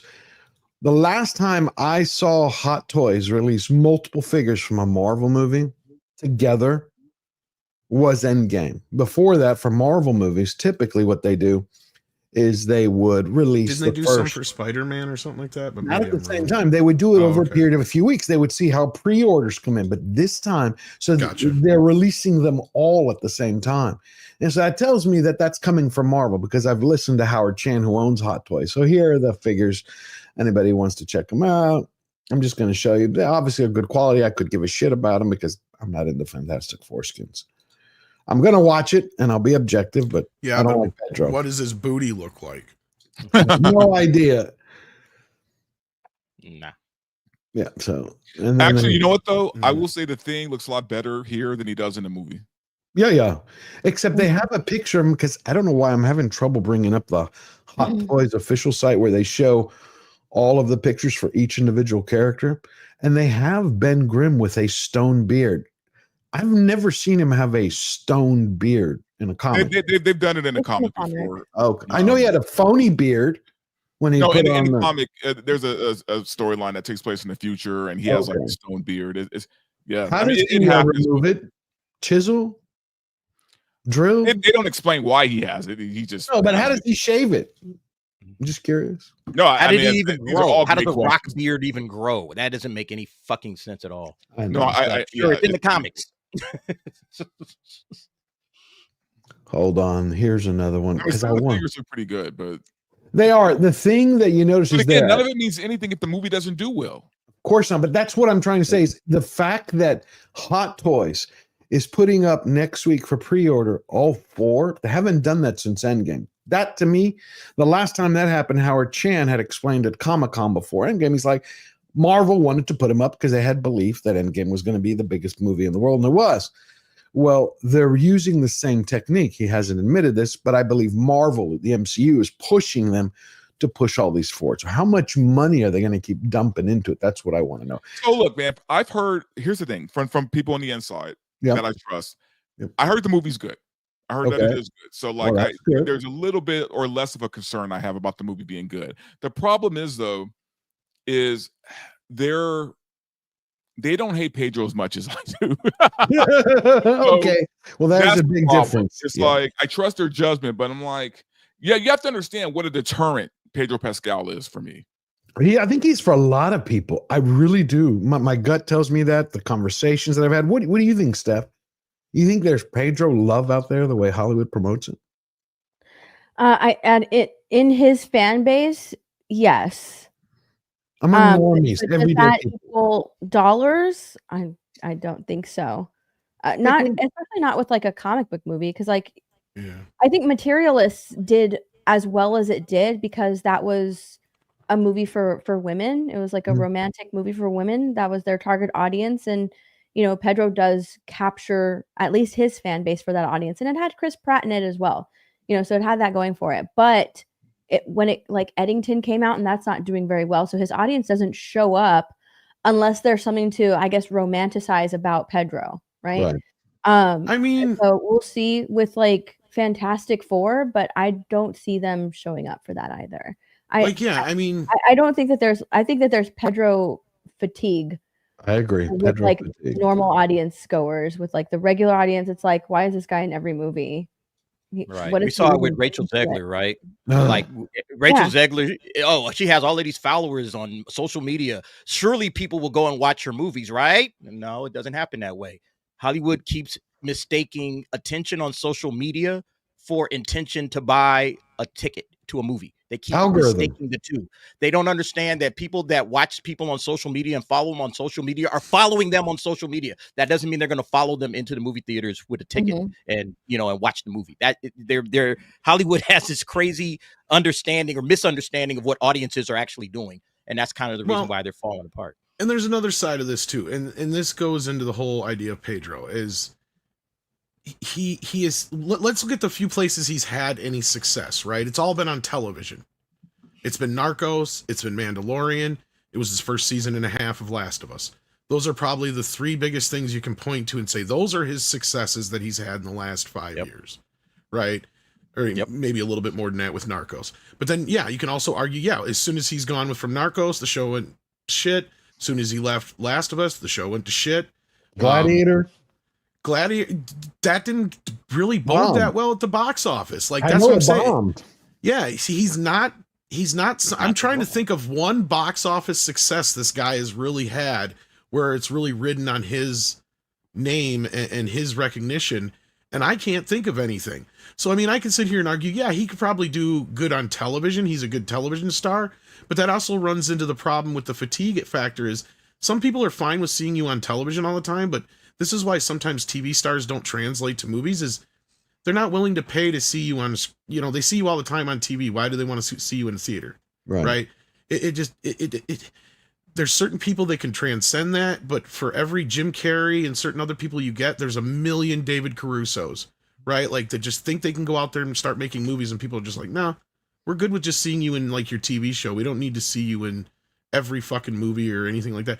And when you've got the fatigue set in, and this is where I think the difference between this and Superman is with people is that I think the Pedro Pascal fatigue has hit the mainstream. Like I've seen comics, I've heard other people make jokes. It's become a meme to the point where more people probably know his name now for bad reasons than ever knew his name for good. Good point. Good point. Here are the figures. I found them in case y'all want to see what they kind of look like, but they're putting them all out. So here's. At least it looks like him more so than the popcorn bucket. I still believe that doing Reed Richards on the screen is going to be a difficult sell for everyday normies. It's always been a problem. I just believe that. We're not at the height of the heat for the MCU. What do you think, DA? Do you think the stretching? Because they haven't shown a lot of it in the trailer. Very little. Yeah, I don't know how much they're going to use the effect. I don't think it's going to be used very much. I think it's going to be used very minimally, and it's probably going to look something like these figures that we're looking at right now. Which is going to kind of suck, honestly, because they did it in one. Yeah, I've actually heard that all the cool shit that he does in the comic, like turning into different shapes and all that, we're not getting into that. He's not going to turn into a giant ball or, become a net to catch people. Like, I don't know. I've heard that it's just his arms are going to stretch. And then you have, here it is. That's it, just his arm? Yeah. Pretty much. Or in his leg. Well, his whole body does stretch in that one bit we saw in the trailer. Well, I mean, like his arms and leg, but he's not going to like. We're not going to see cool shit. You know what I mean? Like you'll see his arms or his legs stretch, but that's about it. He's the inventor of Scrotox, Reed Richards. And then you got Ben. The figures are probably the best part of all of this, man. I still say the thing looks a little too small, but that's just me. They fucked up with I like the actor who plays him. The problem they did is they screwed up his voice. He does not sound like Ben Grimm. I hate the voice so much. Yep. I'm glad I'm not the only one. And here, they did pretty cool. They're going to show you the size with Galactus. Actually, I heard Galactus looks very good in the movie. Yeah, I have a behind the scenes I was going to show everybody. So is the thing's voice, is it just the actor's voice talking? Yep. Right yeah, which they should have somehow digitized, done something so it could be deeper, richer, gravelly. It just isn't. Yeah. That's what I like about the original. I just watched the Fantastic Four movie this past week. Oh, the chick and was their Ben, like, when he's normal Ben, he talks, he's got his regular voice. But I love that, like, they made it sound like gravelly. Yeah, that's how it's when supposed he to was be. singing. Yeah. So That's how it's supposed to be. having it like the normal is kind of weird. I swear that like when that Fantastic Four came out, there was even like an interview with Chiklis where he was talking about doing the voice, because that was like ultimate fan casting. That was the one everybody wanted, you know, for that one. And I think he was even talking about, he's like, you know, when I do the voice, it's like I pretend I got like gravel in my throat and stuff like that. So it's like, yeah, that's kind of what you got to do. And the beauty of now with like special effects, sure, you don't want to have a guy just go and do like the Batman voice. Right. You could still do something. No, Right. they Like should my suggestion was you could just like every time he talks and swallows and does whatever, like you just have like this sound of like stones crushing together. Right. You know how it sounds when like gravel scrapes and stuff like that. Yeah. Do you think it's because of like if the actor can't show its face, I want you to at least hear the voice so you know it's me? Usually that's the case, but I mean, and that's where I said that's how you get around it, is by adding some other element to their voice that you could still hear it's them, but you just add something to make it a little bit more theatrical. See, this right here is what bothers me, because Hot Toys gets their script for how they write these characters up in the promos from the MCU, from Marvel. Look what they say about Sue. Sue is not only a brilliant scientist, which is an expected mother, but also the strategic team leader. I thought that was Reed Richards. That's what I've always understood. Reed Richards is the smartest man on the planet. He's also the leader of the Fantastic Four. So this tells me again that they're pushing their agenda. They haven't learned, so they deserve what they get. No, the smartest man on the planet is Bruce Banner because he doesn't stay with one woman for more than a week. I've seen the show. Crazy. I'm just joking. Here is the Galactus, if anybody wants to see it. Here's the behind the scenes for the Galactus before we move on. Where did you go? There it is. Makers in the 60s. It was practically what can you achieve in camera. So why not shoot a miniature rocket? The miniature of the Excelsior spaceship behind us is 1/30th scale. It's about 13.5 feet long. Feels very much of the time, but also retro future as well. Are we safe? And then Galactus is huge, you know, and one of the things we wanted to make sure that we captured was that scale. We approached it practically. It needs a tremendous amount of light. It needs special lenses. The biggest challenge was to make something on a human scale that we know is going to be blown up into an absolutely gigantic character. So every little bit of detail on him has to be minute so that when he is blown up to that huge scale, it all feels very real.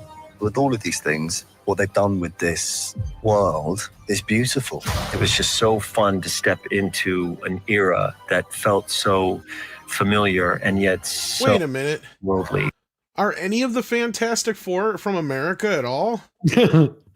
No. Sorry, you could finish the video. I think the Thing actor is from here. No, I just heard him He's talk. from- It sounded like he was from like Australia or some shit. No, that's the guy who plays Johnny Storm. Johnny Storm. Oh, I thought I heard his voice too, and it sounded like it was British. I don't Yeah, know. no, Maybe it was the Johnny Storm. No, I think that the guy who plays the Thing, I've seen him in a lot He's of other. Chicago. Okay. Yeah, he's a local boy. He's the guy who also is in The Bear. Yeah, I guess I misheard his voice. That was my bad.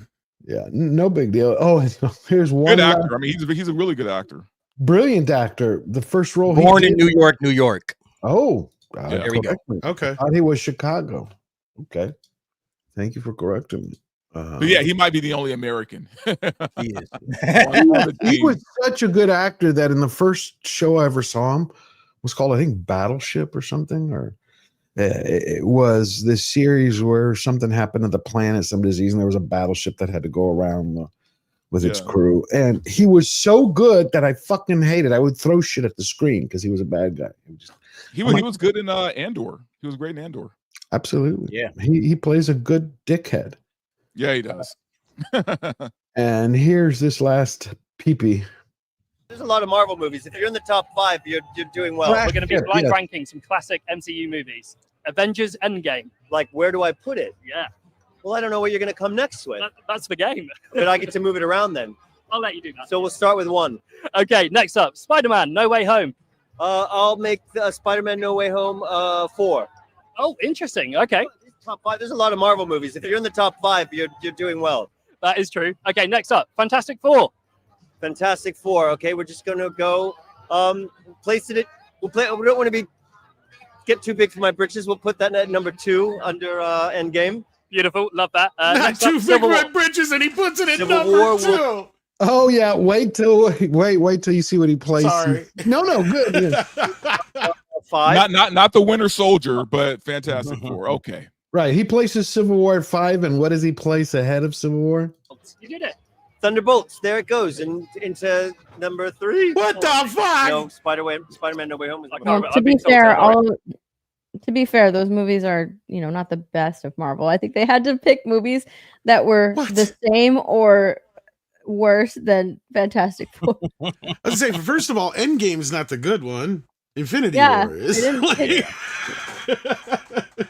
Like they picked Civil War over Winter Soldier. There has to be a reason for that. The only one that maybe belongs in there is maybe No Way Home, and that just because it might tap the top 5. Yeah, but that he threw in Thunderbolts is number 3. What Come the on. fuck is Thunderbolts doing in there? Number 3? That's ridiculous. Oh yeah, Civil War should be in there maybe, but yeah, but still, that's even still maybe top 5 at best, like maybe hitting 5. You're getting, yeah, I don't know. Bye, Justine. I hope you have a wonderful day. See you later on the stream. Because you got Infinity War and Winter Soldier are definitely the top 2 probably fan favorites. I like Civil War, and and then me, maybe Iron Man and Guardians. Yeah, so then it was Guardians and Iron Man, and then maybe Spider-Man No Way Home. Wait a minute. First Avenger, Captain America is really awesome. There are a lot of great films. Yeah, that's true too. But I'm talking about fan favorites, not personal. Like my personal favorites, like you'd put Civil War, Winter Soldier. Yeah, so I'm saying like fan favorites are like Infinity War, Winter Soldier, Civil War is definitely up there. Stuff like that. But, Definitely love Thor, Love, and like somebody mentioned, the OG Iron Man would possibly make the top 5. So Oh God, yeah. First Avengers. Yeah, I the thing hated with the all OG Ultron. Avengers is it has fallen off a bit, but then again, I don't know how the fans still feel about it. But yeah, I still love the first Avengers movie. Yeah, the first one. Absolutely. It's fun, but it is fun. I just didn't like. It's just quaint by today's standards. Ultron. Yeah. I'm sick of Joss Whedon. Oh, you're talking about Avengers 2. Yeah, I don't like Avengers 2. Actually, to me, Avengers 2 has aged better than 1, but that's just my opinion. Yeah, I really liked Age of Ultron. Like I know a lot of people didn't like it for some reason, but I don't know. I like the beginning. I like the first 15 minutes. Those I really enjoyed. I was good with it, man. Yeah, I didn't. I'm tired of Whedon. I love think James Spader as Ultron. I'd say that 2 is better. Yeah, Ultron was a bit better script in my opinion. Avengers 1 is good and fun, but it just kind of feels almost like we shoved them together because we had to kind of thing. And Civil War was solid, man. For me, Civil War is probably the most solid of all of them besides Infinity War. Yeah, Winter Soldier, Civil War, Iron Man, First Avenger. Those are my favorites. And Thor, the original with Kenneth Branagh directing. Yeah, that's not one to really sleep on either. Well, to me, that's probably the best Thor movie. Yeah. It's between that and First Avenger probably are the 2 that get overlooked the most. Probably. Yeah, the First Avenger always gets overlooked. Oh, I don't overlook it, man. I love it. I don't either. But I love that Star Spangled Man, that little montage, where they have him going through all of the, the bond sales. He's trying to, I love that scene, man. That scene. I invoke it as much as I can. Yeah, it is beautiful. One of my favorite Tommy Lee Jones got the Red Skull. So and it's one of my favorite Tommy Lee Jones performances too. By the way, his arm is going to go right through it. By the way, before we move on to the Tron Aries trailer, I didn't realize John Malkovich was in Fantastic Four, and they just cut him. It says he had a pretty big part too. I know, but they said they cut him last week. The Red Ghost or something. Yeah, like that was supposed to be like a pretty decent, like a pretty big plot line, and they cut it. So surprised. How do you cut John Malkovich? That is crazy work, man. 10 times more powerhouse and talent and charisma than any of the people in the show. I guess after all of the test screenings that they were doing, because remember they were going through those rounds and rounds of test screenings, they just said, man, audiences must have said this guy don't need to be in the movie, probably poorly tested, and they just said get him out. But do you think that's what it is, or the fact that there's a possibility that he outshined them when he was on the screen? Like, no, I think he is right. I think it's a running time there thing. was a lot of screen tests, and I think they just probably. And you know what though? Those screen tests were probably by shields and probably by people who don't understand the characters at all. Well, I wonder if it's not even so much necessarily that there was a problem with the storyline, But does anybody know what the running time of this movie is yet? 118 minutes. I was just gonna say I'm willing to bet it's around 2 hours, because have you not noticed that the Marvel movies went from an average of 2 hours and a half to 240 to 2 hours or under since the Marvels? And I think there's a reason for that. Marvel movie, I think. Yep, and they've been chopping the shit out of these movies. So I think when this first started filming, they were expecting to have 2.5 hours or so to work with. And when they got into the thick of this, they're like, no, we got to chop this movie down because we need to get as many screenings in as we can. Because this is why Warner used to have that mandate, and they're kind of getting back to it again, where no movie leaves over 2 hours long. You know what? And I appreciate Malkovich. But how do you get rid of Malkovich? That's my point. How do you get rid of? The easiest way to probably get rid of a half hour, 40 minutes of your movie like that. But Malkovich, just chop that whole fucking thing out. Yep. I don't know. That's and the problem is, and it's really a thing. You know what, George? And I understand. This is why I think it may not even be that it may not have tested bad. It's just more so. The problem is once you start removing certain elements of a storyline, you almost have to start taking out other things because otherwise shit doesn't make sense anymore. So when it gets, the easiest part is to just go, you know what? We're just going to take the whole fucking thing out. And if you can get around that, that's usually the easier way to do it. And if you don't need it, and if you cut your movie and it's not necessary and it still runs without it, then it just goes to show you it was nothing but extraneous to begin with. Now, what they could do is take that as edited together and put it as like an extra feature on Blu-ray. Or just even as just an extra feature, because they've always, I kind of miss the Marvel shorts. Do you guys remember those? Oh God, yeah, I loved them. They used to come with like every movie, we'd get a brand new Marvel short, and one of the better ones was Hail to the King because it actually helped. Make that one character better from Iron Man 3. But you could almost do a thing like that, perhaps. But that's just a speculation on my behalf. I agree with. I can see your point, but I will have this question. I thought someone of Malkovich's status, let's put it, would have it in his contract where he couldn't be cut. Sometimes they do, but not always. In this case, he must not have. So very odd, very odd. Yeah. All right, he still got paid, so I'm sure he doesn't like kind of like Michael Keaton when they asked him about Batgirl. He's like, I don't give a fuck. I got paid. Someone, by the way, the other day, does anybody know? Someone said that Warner Brothers was going to be releasing next year that Batgirl that they scrapped for tax reasons. Is that true? I Bullshit? don't think they can legally. Okay, I thought it was bullshit. I thought it was. The Looney Tunes movies were different because they hadn't written off the Acme movie yet. When they sold that. Now this might be different. If Mikey's in the chat, he can probably, because my understanding is they'd have to turn around and basically refund. It's like a refund. Yeah, I was gonna say, like, I don't remember the exact word that Mikey used, bullshit. but It must have been bullshit. It's the same way that somebody sent me a news article that said Tom Selleck has come back for a limited series, Magnum PI, 10 episode. And I'm like, this is bull. He's not 80 years old, going to be chasing bad guys down. I'm like, somebody sent me an image and it was like obviously AI generated, so I called bullshit on it right away. But yeah, I don't know. I never saw an article on that. Yeah, on the Tom Selleck thing. Nope. We're doing super chats, then we will jump to Tron Aries. Way too what dumb didn't get for picked this. up though. Sorry, Right. I just want to that Married with Children trailer that I leaked out and got in trouble for. Uh-huh. The show is not getting picked up. Good. So. Good. Yeah. Leave it as it is. There's too much. Like Basic Instinct is getting rebooted, and it'll be out next. We'll get to it in a moment. Yeah, Basic Instinct. They said it's going to be an anti-woke Basic Instinct. Roland Emmerich and anti-woke. The first movie was anti-woke. I'm going to read. We'll bring out the article in a second. Is this supposed to be a TV series though? Isn't No, it? It's an we'll actual check it movie. out. I thought maybe it was a series. I thought, Yeah, but I could be wrong. they want to reboot the franchise. Way too dumb for these it for $2. Steph, how much a dowry for your hand in marriage? You have a gentleman quarter. He's in love. There you go. Thank you. Mark of reality for $2. Alan Ritchson is to be James Gunn's Batman. Is that confirmed? Because I have No, the it interview. is That, not. okay. No, but I Because he wouldn't be was asked surprised about if he's in the running. Gunn was quoted as saying that he's a fan of Alan Ritchson, and Alan Ritchson has said that he is a huge fan of Batman and would like to play Batman. Oh yeah. Okay. I wouldn't be surprised if he's in the top three. came Yeah. out. Okay. Mark, if something came out in the last hour that you have, send it to me and we'll take a look at it. Not that I've seen, but he did mention it in that one interview. And like Yeah, I Steph got it. said, he just said he's a fan.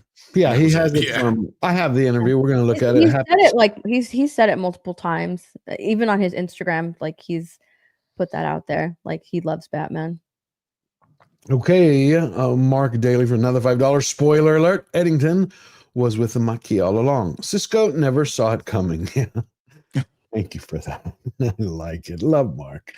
Sledge for $2. Pedro once said he scrolls his own fan sites. Yeah, he's a mental masturbator, all right. Yeah, neither do I. Francis Jeremy hates. Member for 7 months. Just say no to Hollywood and their degeneracy. Hell yeah.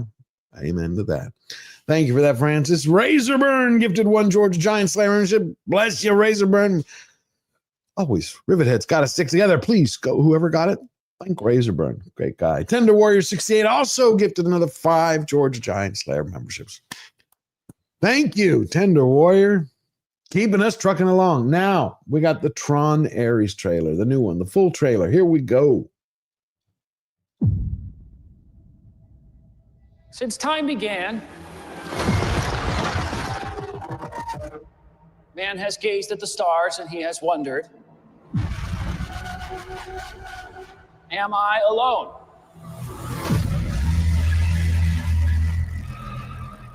So much talk of AI and big tech today. Virtual worlds, what are they going to look like? When will we get there? Well, folks, we're not going there. They are coming here. I would like you to meet Aries, the ultimate soldier. He's biblically strong, lightning fast, supremely intelligent. And if he is struck down on the battlefield, I will simply make you another. His name is Gary Stu. You think? What would you say, Tom? I was just joking. I said his name is Gary Stu. What do y'all think of it so far? I'm excited for it. I'm in, dude. But I'm a big Tron head, though. So for me, like, if it's a Tron movie, I'm going to watch it no matter what. I am, but do you trust Disney? Because I don't watch it, but I think it's going to suck. Someone else asked me that question. Here's the thing. I feel like Tron kind of exists in its own bubble, right? Okay. Like, I don't know how much influence, the Disney way is going to have over the Tron movie. I don't think it's going to be woke at all, but I mean, we'll see. I trust it. I until proven otherwise, it looks solid to me. Brian with an eye has a good point. Yeah, Leto has proven that he can act, but Brian with an eye says Leto is box office repellent. I mean, he does not have any hits under his belt. I am probably one of the few Jared Leto apologists out there. The guy is a good actor, man. I know he's crazy. He's batshit crazy. He has a cult. He leads a cult. I get it. He is fucking nuts. He's a good actor. Yeah, I'm not saying anything about his cult. I think he's a brilliant actor. He is phenomenal. But so far, correct me if I'm wrong, he has no financial hit under his belt. But he also hasn't been the lead of anything either, right? Like not really. Jared Leto? He was the lead of Morbius. Remember Morbius? I was just going to say, what the fuck are you talking about? Yeah, outside of Morbius. What is he? He's never had a success that you can really speak of, motherfucker. And this is the thing that I don't understand about him. You'd think he'd be infinitely more charismatic, considering he has a fucking cult that follows him on his own island, and he acts like he's Jesus. Okay, Tom. No matter how charismatic you are, if you got a shitty script, there's only so much you can. I don't care. No, I know. There's. I was gonna say, there's plenty of times where I've seen people in shitty scripts where I could still say the actor was decent. Like, look at Wonder Woman 84. I'll even give Pedro that fucking, caveat. At least he was somewhat decent in that movie compared to everything else that was crap, and he was at least watchable. But no, like, at the end of the day, Jared Leto is what gives me complete pause about this. The other thing that has me worried, and I'm not trying to poo-poo all over this, I hope it's good, and I'll be the first one to say it kicks ass if we get out of the theater, and it does.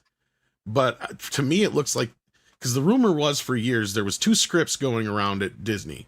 There was the direct sequel to Tron Legacy that was more expensive. Right.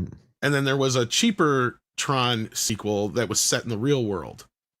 And when I saw that first teaser trailer and it's all like, the Tron world is coming to us instead of we're going to the Tron world, I'm like, oh, so they picked the cheaper script. And the problem with that cheaper script is it all revolved around a woman who was the key to everything. Okay. So this was also in the time of, girl bosses. So maybe that's been written out. Maybe, and Leto has a lot of. I mean, from the trailer, I got no girl boss from this trailer. I hope there's nothing in there. My only bitch about the aesthetic of the trailer is too much red. Like red Oh, has I don't never bother been me. a color that has been real dominant in Tron. And for me, it's just kind of, it looks a little too much like laser tag and generically like somebody trying to make something look like Tron. Now I'm nitpicking a bit. But that's Yeah. just because I'm worried. Because But I I love love Tron Tron. 1 and I love Tron Legacy, but Yeah, but Jared Red looks Leto being bad involved guy. in this, I don't know.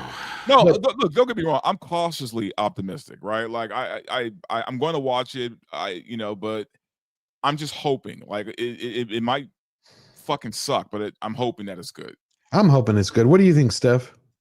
I've never really been into Tron. I like the movies just fine, but I've never like been into the Tron movies or Tron lore or anything Okay. like that. So they've been entertaining for sure, and I'm probably one of the rare people that actually like Jared Leto. So I mean, love his acting. No, I I do just- too. Yeah. I mean, that's the thing. I love his acting. I still I mean, haven't seen Morbius. I still haven't I seen it. unapologetically loved Morbius for how bad it is, but I love it in like a mystery science theater kind of way because I'm laughing through the entire fucking thing. And yes, people are saying red is in this. Yeah, that's my point. Is it's never been a dominant color in Tron, and usually red was associated with the bad guys. So is that what I'm supposed to believe? Is that everybody in this movie's a bad guy, or what's going on here? Well, Because I'm yeah, trying we don't to- know if Aries yeah. is bad or good at this point. Well, you know he's going to be good. Well, let's watch the rest of the trailer. I guess that's. But it looks like they're setting him up to be good. The hero, the anti-hero. You're in control of this. You're not.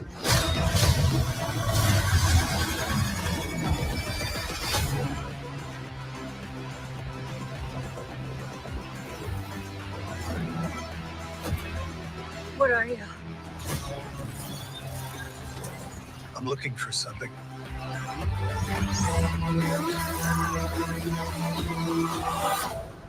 Nine Something I Inch do not Nails. understand. I already love the soundtrack. It's 9 Inch Nails, sounding a little bit more like. Tron 9 always Inch- has good soundtracks, man. Yeah. Absolutely, absolutely. And Jeff Bridges is coming back, which I'm excited for. Looks like he's just a hologram at this point, but yeah. Mm. Hang on!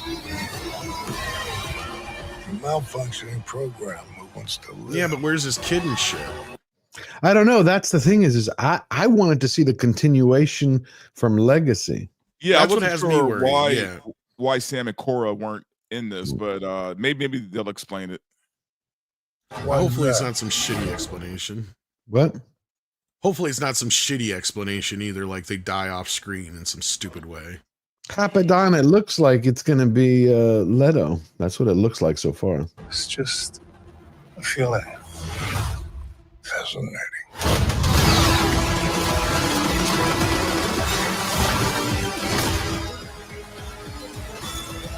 Dude, I have to see this on IMAX. And where's Tron? There's like no Tron in this movie at all. Yeah, I haven't seen it. Well, you know what though? Tron, like even in the last movie, like they didn't like it was like almost like a surprise, right? Like they like we didn't see Kind Tron of, in the yeah. trailer last time either, did we? For Legacy? I think because didn't the Or guy we didn't know he was Tron. Well, I'm trying to remember now because it's been a good 5-10 years since I've seen Tron Legacy. Because I know Hold the it. original guy's in there, but I'm trying to remember if they showed it in the trailers at all. Hold on, Steph. Do you need me to outro you now, or you want to wait till it's over? It's up Oh, to we you. can wait till it's over. Yeah. Okay, cool. Giving a Thank you so much.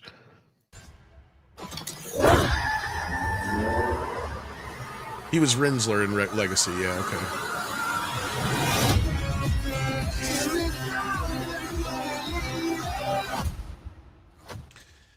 We'll see. Yeah, that looked Hopefully it's badass. decent. That last shot looked badass, and like Hell yeah. Dante said, I'm seeing that in IMAX. Has For to, sure. yeah, has to be IMAX.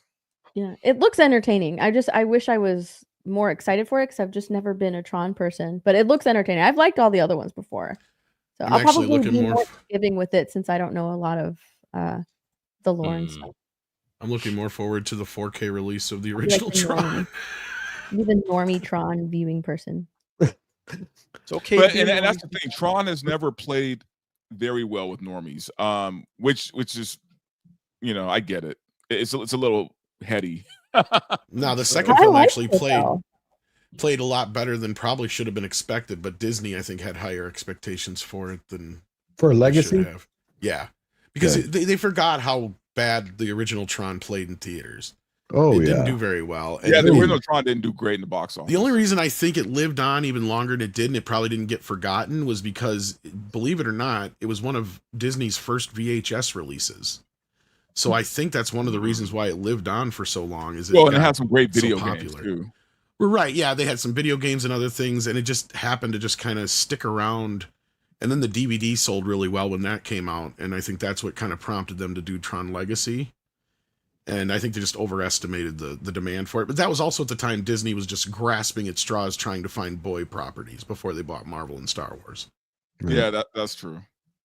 All right, Steph. Thank you for coming. Please, Yeah. please. I always love having you back. Hope to see you next week or another week on. But please tell everybody where they can find you, what you have coming up. Oh, of course, I'd love to be back. I love being on panels, and this one's really fun. I love the conversations. But you can find me over on my YouTube channel, My Nerdy Home. I stream there a lot. I have to get going because I have a gaming stream with this brew to get to. And I'm also on Twitter and Instagram as well. So yeah. Beautiful. Please, everybody, go subscribe to My Nerdy Home, to Steph. She's amazing. Give a big Slayer Nation goodbye to her. Wish her well. Have a wonderful Bye. week. Thank you, Steph. Thank you. Bye. And now we're going to take a look at the interview I was talking about earlier from Happy, Sad, Confused podcast. It's with James Gunn. Two things that came from it. One, he confirmed he couldn't believe that everybody was saying how the Kryptonian message was fake. He said, no, it's not getting retconned. No, it's not fake. You know, George, I'm probably more disappointed in the way he reacted to it than him actually confirming it. Okay. Because the confirmation side is like, look, I'm willing to see how they can play it out and how it works out in the story. And it's not the first time they've done shit like this to Clark's parents. Like, it's probably the third or fourth time, actually, if you go back and look at it. So it has to play out, though. That part's fine. I don't like it in the movie, but it is what it is. My issue is how he reacted to it. He's like, how can anybody not? It's like, dude, like you should know. You live on the internet, and don't pretend you don't, James Gunn. You've seen the bullshit. That's why you said it the way you said it. Right. So people are clearly confused by this. There's enough doubt in people's minds, being that it's Lex Luthor, being that you played this out like in a way that people just, because not only that, the way that the message comes off, I can't blame people for doing the memes the way they are, because I thought it was bullshit just because of the way the message comes off. I'm like, there's no way his parents would say shit like that. Right. Yeah. But at the end of the day, if he wants to roll with it, fine. Then that must be one of the reasons why Supergirl's an alcoholic, I guess. It's because she knows they were supposed to take over the world. Yeah. I think it's a bad choice. I don't want to beat the dead horse. We've all shared how we feel about Superman. I think it's a bad choice to do that. To the general audience around the world, Superman, whoever watches Superman, has a canon, a heritage. You either view him as a messenger of hope or a savior. Right. But to make it that he's like a cunnilingus conquistador, come here to make a harem, is like, come on. I mean, you can call if you're it gonna break that, but if you're gonna break that, you got to go somewhere interesting with it. If he just leaves it at that, then it's just stupid. So if he goes somewhere interesting with it, he makes it a part of the overall DCU and builds it into the storyline. Okay, I'm willing Did you to like give it? it a shot. Did you like that part, DA? Because you're a big No, fan. hell no. Okay. No, that's the thing is, I don't know anybody who liked it. That's the other reason why I can't don't believe like that that at James all. acted that way. Yeah, I don't think anybody liked that plot at all. I think I even saw script coming out. Why is everybody bitching about it? It was last week. He's like, you can't believe that this would be real. And I'm like, why? The woman, the engineer, got it right out of the computer when she's like, I got it. She didn't say I found something I could manipulate. I mean, to me, I just took it as, because I could say I came up with 4 or 5 different scenarios, but like I said, it's okay. At the end of the day, I'm with DA. It depends more on how they treat it from here on out. And I know there's a lot of people saying in the audience, cope this or that. No, I don't like it either. I thought it's a stupid move. Yeah. And like I said, to me right now, I'm more pissed at the way James Gunn reacted to it. Because yes, have they done this before? Yes. In fact, I'm sharing a screen right here where they've done similar shit in the comics before. In fact, I had to be the one to remind people that, in fact, up until like the 78 version of Superman, his parents had fuck all to do with his fucking upbringing. He didn't even know he was from Krypton in most cases. it was usually he would have to deduce that from whatever he would learn from other scientists. And when he came in contact with kryptonite, that's when he realized, oh shit, that must be where I'm from, and that's why I'm reacting this way. Gotcha. That's pretty much the way it was through most comics up until the Donner film. And the Donner film is really what kind of solidified, that sort of idea. Now, they have showed the Kryptonians before, and usually they don't have any kind of, reason to tell Superman this kind of thing. But now, again, we don't know how long it took Superman to get here. We can just assume that they have some sort of instantaneous or nearly instantaneous space travel. But at that point, if they do, then why wouldn't they just remove the whole planet? I don't know. I think that this is going to play into Supergirl. We'll have to wait and see how it plays out. I'm with DA. I'm willing to see how it factors into this, because to me, I didn't think it was as bad as what they did to the Waynes in the Batman. That was worse, in my opinion. Yeah, the way this they is made bad, but at least this movie, like the whole point, spoilers, is he rejects that idea once he learns that idea, because it's not even something he knows about until, this movie. Lex, yeah. Yeah, and then when he finds out about it, the whole point at the end is him saying, no, I reject that. I'm human. I'm raised as a human. I'm here to protect people. I'm not here to enslave people. That's what you don't get about me, Lex, is that I am just like you, right? Even though I'm an alien, I'm still a human. But that's why I say the one thing that I find funny is that in the end, whether he likes to or not, Gunn made a MAGA movie. Oh, yeah. That's the thing, is what's hilarious about a lot of this. There's things that you could totally imply there with, the way he assimilates Earth, and not just Earth, but American values, classic American values. That's what the American, the Midwestern American values. Well, here's Gunn's interview, which I found fascinating. We're going to listen to for like a minute and a half, where he's being asked about the future of the DCU. I want everyone to listen to it, see what you think about the slate that he's laying out. It's in the can. Supergirl's in the can. Don't leave out Peacemaker 2. We're going to be talking about that in about a week. I'm very excited about Peacemaker 2 is a direct follow-up to Superman. We have so many characters from Rick Flag's in it. Does that make you think this is going to the Marvel? It's all connected? No. Okay. No. Or is that just? I think he just means that because look at how Peacemaker season 1 was set up. Yeah. Yes, it builds on things that were there before, but there's nothing in Peacemaker that you had to see to understand Superman. As far as I know, there's nothing in Creature Commandos that you had to see to get Superman. Okay. So I don't think that he's going to set up Peacemaker 2 and the Green Lanterns that way either.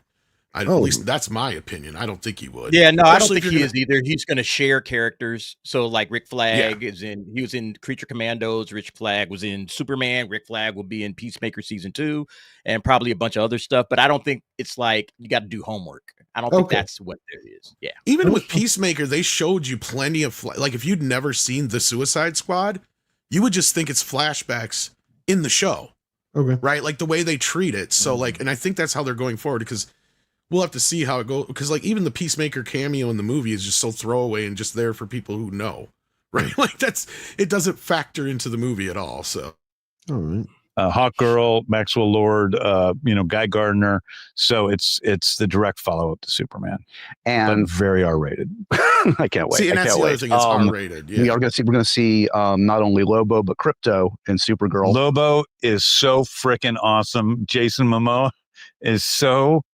Oh my God! Yeah, I mean, we've all agreed like this was like the easiest casting ever. It was. Well, he pushed himself on me too. I gotta say, but Lobo is great, and then and that's great, and then we have Lanterns coming out, which is great. We have Clayface, which is about to go into production. This I don't understand. Who the fuck is gonna watch Clayface? I was confused. Shockingly, a lot more people are saying they want to see this movie. So I mean, really, until I heard more about it. Now I don't know. Did you guys hear about what it's all about? Well, it's going to be a horror film, right? Okay, so it is connected to the main DCU. That was something I had heard initially. It wasn't, but now I guess it is. Yep. So I'm assuming it's going to be the same character they created in Creature Commandos. If not, that's just going to become de facto not canon anymore. But it's based on the 2-part Batman animated series episode. Okay. Well, let's. Oh, okay. So if you know that, that's the story they're doing. Okay. Nice. Which is a great story.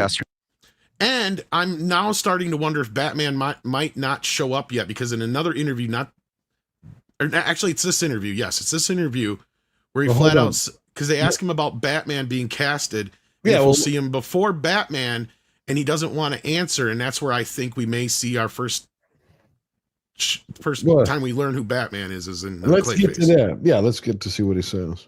Clayface, you have James Watkins directing. This is going Mike to be Flanagan script. Yep. and you've said the script is what sold you. It's I love always it. going to sell Yeah, you. Yeah. This And is a total horror movie. Like Yeah. it's like it could be a Blumhouse, big budget horror film. And but it's within the DCU, which I think is a cool thing to do. Let me just run down a few others. You tell me as much as you want or not. So like, are we anywhere on like a Wonder Woman script? Like, yes. Yeah. Yes. You feel like there's a take, there's a direction. Yes. That feels distinct from what we've seen before. Yeah. Very. Yes. Okay. Yes. I'm very, very excited about Wonder Woman right now. Well, there you Do just you confirmed anticipate that we're not seeing getting something Gal like Gadot. a new Flash, a new Aquaman in the next few years, or is that a little ways off? I wouldn't say the next 2 years for either of those characters. Okay. The Authority still on your mind? No. Yeah, but that's been a rough That's road. a slower one. Yeah. I think Just that's harder one to of those crack, that harder got to. Yeah, the writer moved on to do another project in the DCU that I think he's really killing right now. So Okay.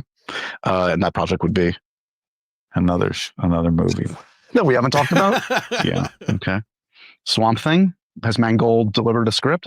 We talked to James the other day. So no, he hasn't delivered a script. It's Okay. he's Well, distracted with Swamp this Thing? billions of movies. Yeah, because he wanted to do Swamp Thing. He had I think that kind of confirms to us right now that Authority and probably Swamp Thing were the things that got the axe besides Sergeant Rock. No, he's going to bring up Sergeant Rock. Yeah, he does. You're about to find out. It's actually moving forward. The Authority's not moving forward, but Swamp Thing is. He said that Warner Brothers. He's just waiting for the script. Yes. But I think we're talking about it again. So And I mean, Sergeant Rock seemed like it was very close. Mm-hmm. Do you still have hopes that it's going to come back around relatively soon? hugely. Okay. Yeah, but you got to listen to the That's- Hollywood speak there. I'm really excited about Sergeant. And with Luca still involved? No. Okay. Is there one filmmaker, if you had your druthers, if you could lure anybody into the DCU, who would you grab?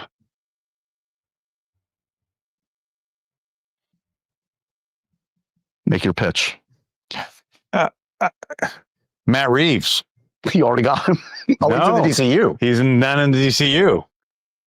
So he goes on to talk about Reeves, that he wants Reeves, and That's they why I also- think one of the main reasons Batman 2 is still happening. But notice another thing he said in this interview was that he does not see two Batmen in theaters in the same year. No, he said that. No, yeah. we shouldn't, man. Yeah, that He said they're going to be different. He said, Which is something I've been saying for how many years, guys? Yeah. Hey, that Wonder Woman script that he says is well underway. Is that Paradise, whatever that? Yeah, No, that's that TV show. That's that TV show. I think Is that that might what have he's been one talking of the about? things So it's that's not a on Wonder ice. Woman movie. No, It's this is a Wonder Woman movie he's talking about, DA. This is something completely different because they So even what's said the that this Paradise is. Lost? Is that done?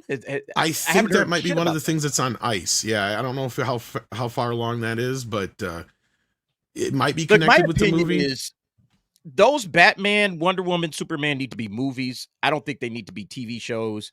He can leave the TV shows for all of this other shit. He should put Clayface could be a TV show, but I think he has to, if he's trying to build a cinematic universe, he needs to be in cinemas, and that means he needs to get Batman, Superman, and Wonder Woman. He needs to get the Trinity going ASAP. I don't know why he's waiting so long. Well, DA, from what I heard, that's kind of what he's doing. And part of it is also he's building in because the whole DC thing of gods and monsters, that's the first phase. So we're going to get kind of a mixture of the main Trinity plus like Clayface. And I wouldn't be surprised if we get at least one more like bad guy kind of feature in there somewheres before it's all said and done. And then it's all supposed to lead up to some sort of Justice League, type movie. But so I guarantee, because he's even said it in multiple places, that Batman and Wonder Woman are his priorities next. Right. Yeah. So that to me tells me that and he's made it clear that it's his Batman is a priority. And the more I hear talk about Wonder Woman, it's pretty clear that Gal Gadot is not coming back. Nothing is going to bring her back. They're going to cast a younger, new Wonder Woman. So yeah. The one thing about the interview that kind of pissed me off was he addressed the Henry Cavill thing, and I didn't really like that the way he had. I mean, I'm no, but it confirms everything I've been telling everybody. He never hired him in the first fucking place. Yeah, but that bothers me. He should have had more respect for it, and should have kept Cavill, because Cavill never got his real shot, because he had the fucking Snyder shit. Here's the thing people need to understand, and this is what I was glad that he finally come out and said it. And I said at the time that my person told me that I was trying to get across to people. They did this shit unbeknownst to Gunn. Yeah. He had no idea what fucking The Rock and his fucking agent were pulling on the side. And this confirmed everything that I had fucking reported from day one. So what he was saying was, I had already pretty much made my decision that my Superman was not going, it was never meant to be a Henry Cavill Superman movie. But that's when my point. When he was proposed to do this Superman movie, it was initially pitched to him to do it he was pitched 3 ideas to do. He was pitched the Suicide Squad, Batman, and Superman. The one he picked to do was the Suicide Squad. The Batman went to Matt Reeves, and then when he came back around, he was going to do his Superman movie. And he started writing it before he ever took on the role at DC, because this is when I was telling people that Zaslav is whining and dining James Gunn to take on the head of DC, while The Rock is trying to take it over. Right? He did have a meeting with The Rock. I found out. We did find that out. Right. He did. I'm saying he didn't give him a shot, though. He just basically why would he? He was never going to in the first place. That's what I'm saying. Like, I understand where people are coming from, but this is like people blaming like the fucking LA Dodgers for the Chicago Bulls getting rid of Michael Jordan. They have nothing to do with each other. Nothing to, he just happened to have the poor fucking guy to have to tell him, like, look, whatever they told you over there with The Rock is not happening. It was bullshit. I'm sorry to have to be the guy to fucking tell you this. I got that part. I'm saying why he never considered talk to him. Why he never, because he didn't want him for Superman. That was the whole point I was getting at. He never, ever in one instance planned on him ever being his Superman. I know. That's my his point. Superman was meant to be a younger Superman from day one. That was his plan. He wanted a young, up and coming Superman. And Cavill is already in his 40s, right? But he doesn't look it. But he doesn't. And then you also have the problem of, also you got to look at it this way. If he even considered Henry Cavill, people are instantly going to draw the comparison. Is this Superman 2? Or is this a new Superman? And when if they were to go into this movie, let's say the movie is exactly the same as it is now, but just replace it with Henry Cavill. Do you think the people would still be that, they would have the same reaction? I think people would be 10 times more confused, because they'd be like, what the fuck is going on here? This is not a sequel to the movie we had before, but it's the same guy playing Superman, but he's supposed to be a younger Superman. I see your point there. If he started it with his script, like if he had this script ready to go, I couldn't see him considering Cavill. You agree, Verbal? Like there was no way Cavill was going to move forward with the way Gunn laid out the script? No, because Gunn stated earlier on, man, that like they wanted to redo the DC universe, man. You can't do that with an older Superman. Also, just the baggage that comes with Cavill, right? Like, yeah, we love Cavill, but unfortunately, it has the stink of Zack Snyder all over it. You know I just what I mean? feel he's been screwed. So there was no way we were ever going to get Cavill with James Gunn. Like not in that capacity. Now, I've heard crazy things like, you know, he said he'd bring him Cavill back. Might be considered for Brainiac in this universe, which would be wild. Right. Well, Batman, I think, would be great. He said, I've been hearing crazy stuff like that. So, you know, who knows?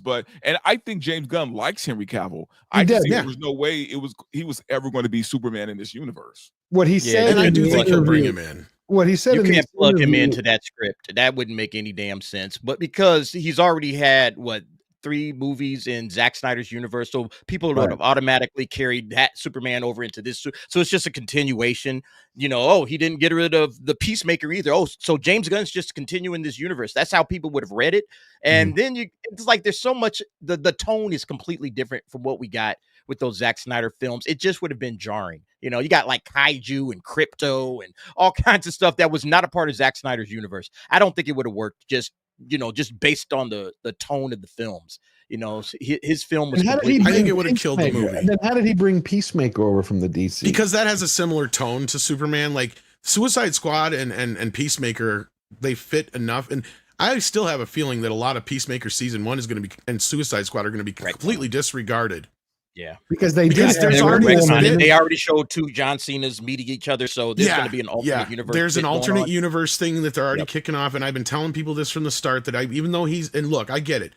James Gunn is a greasy used car salesman. I'll be the first one to fucking admit it.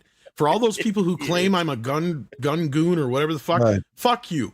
James Gunn is a greasy car salesman. He's doing his fucking job. Yes, he lied to you about The Flash. Yes, he lied to you about Gal Gadot. Yes, he lied to you about some other things, but guess what? That's his fucking job. Am I excusing it? No. But at the end of the day, I've been telling, if you've listened to me from day one, I've been telling you what the fuck is going on. And it's basically this. They're revamping everything. He said it himself. Superman's the start of this new universe. Anything before that only counts as if he says it counts. That's it. And I don't agree with it. Because I've been the first one to say that if he was going to do this, he should have went completely fucking scorched earth. Right? Yeah, There's no bringing back fucking John Cena, no bringing back his wife. You can bring him back as other characters. That's fine. And I agree. I think he's going to bring back Henry Cavill in some capacity at some point. It will be one of those bridge moments, but is it going to be in the next 2 or 3 films? I don't know. Because the big rumor is Richardson is going to play Batman, even though I think Cavill would have fit perfectly as Batman in this universe. I don't think Richardson's going to play him, man. I for some reason it's just the rumor. I just said, I don't know for sure, but yeah. I don't think he will.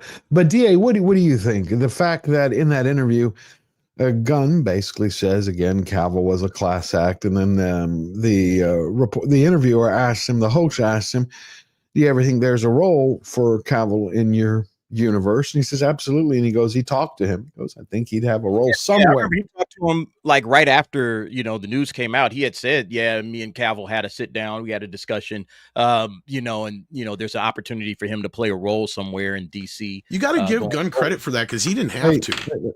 Yeah, I think that Cavill should absolutely be in something. I don't think he's going to be in the MCU going forward. I would love to see him in the DCU. I would love to see him as Batman. I think he would be a perfect fit for Batman, honestly. I felt like they should have at least offered him the opportunity to finish out his, I guess, Superman trilogy, but separate, like in an Elseworld situation where they could have did something like that. That would have been a good opportunity and say, hey, look, Henry, you want to finish up? You want to do a Man of Steel 2 or Man of Tomorrow or something like that? Okay, we'll give that opportunity to you. It'll be Elseworlds. It's not going to be built into our universe. But at the same time, I don't think James Gunn wanted to compete with another Superman, especially Henry Cavill as Superman. And so he just had to tell him, no, you're not going to make it. But I wish is that they gave him an opportunity to do something else Superman related, but that just wasn't going to happen based on what he's done. The other problem here was the factor that's kicking Marvel's tail right now.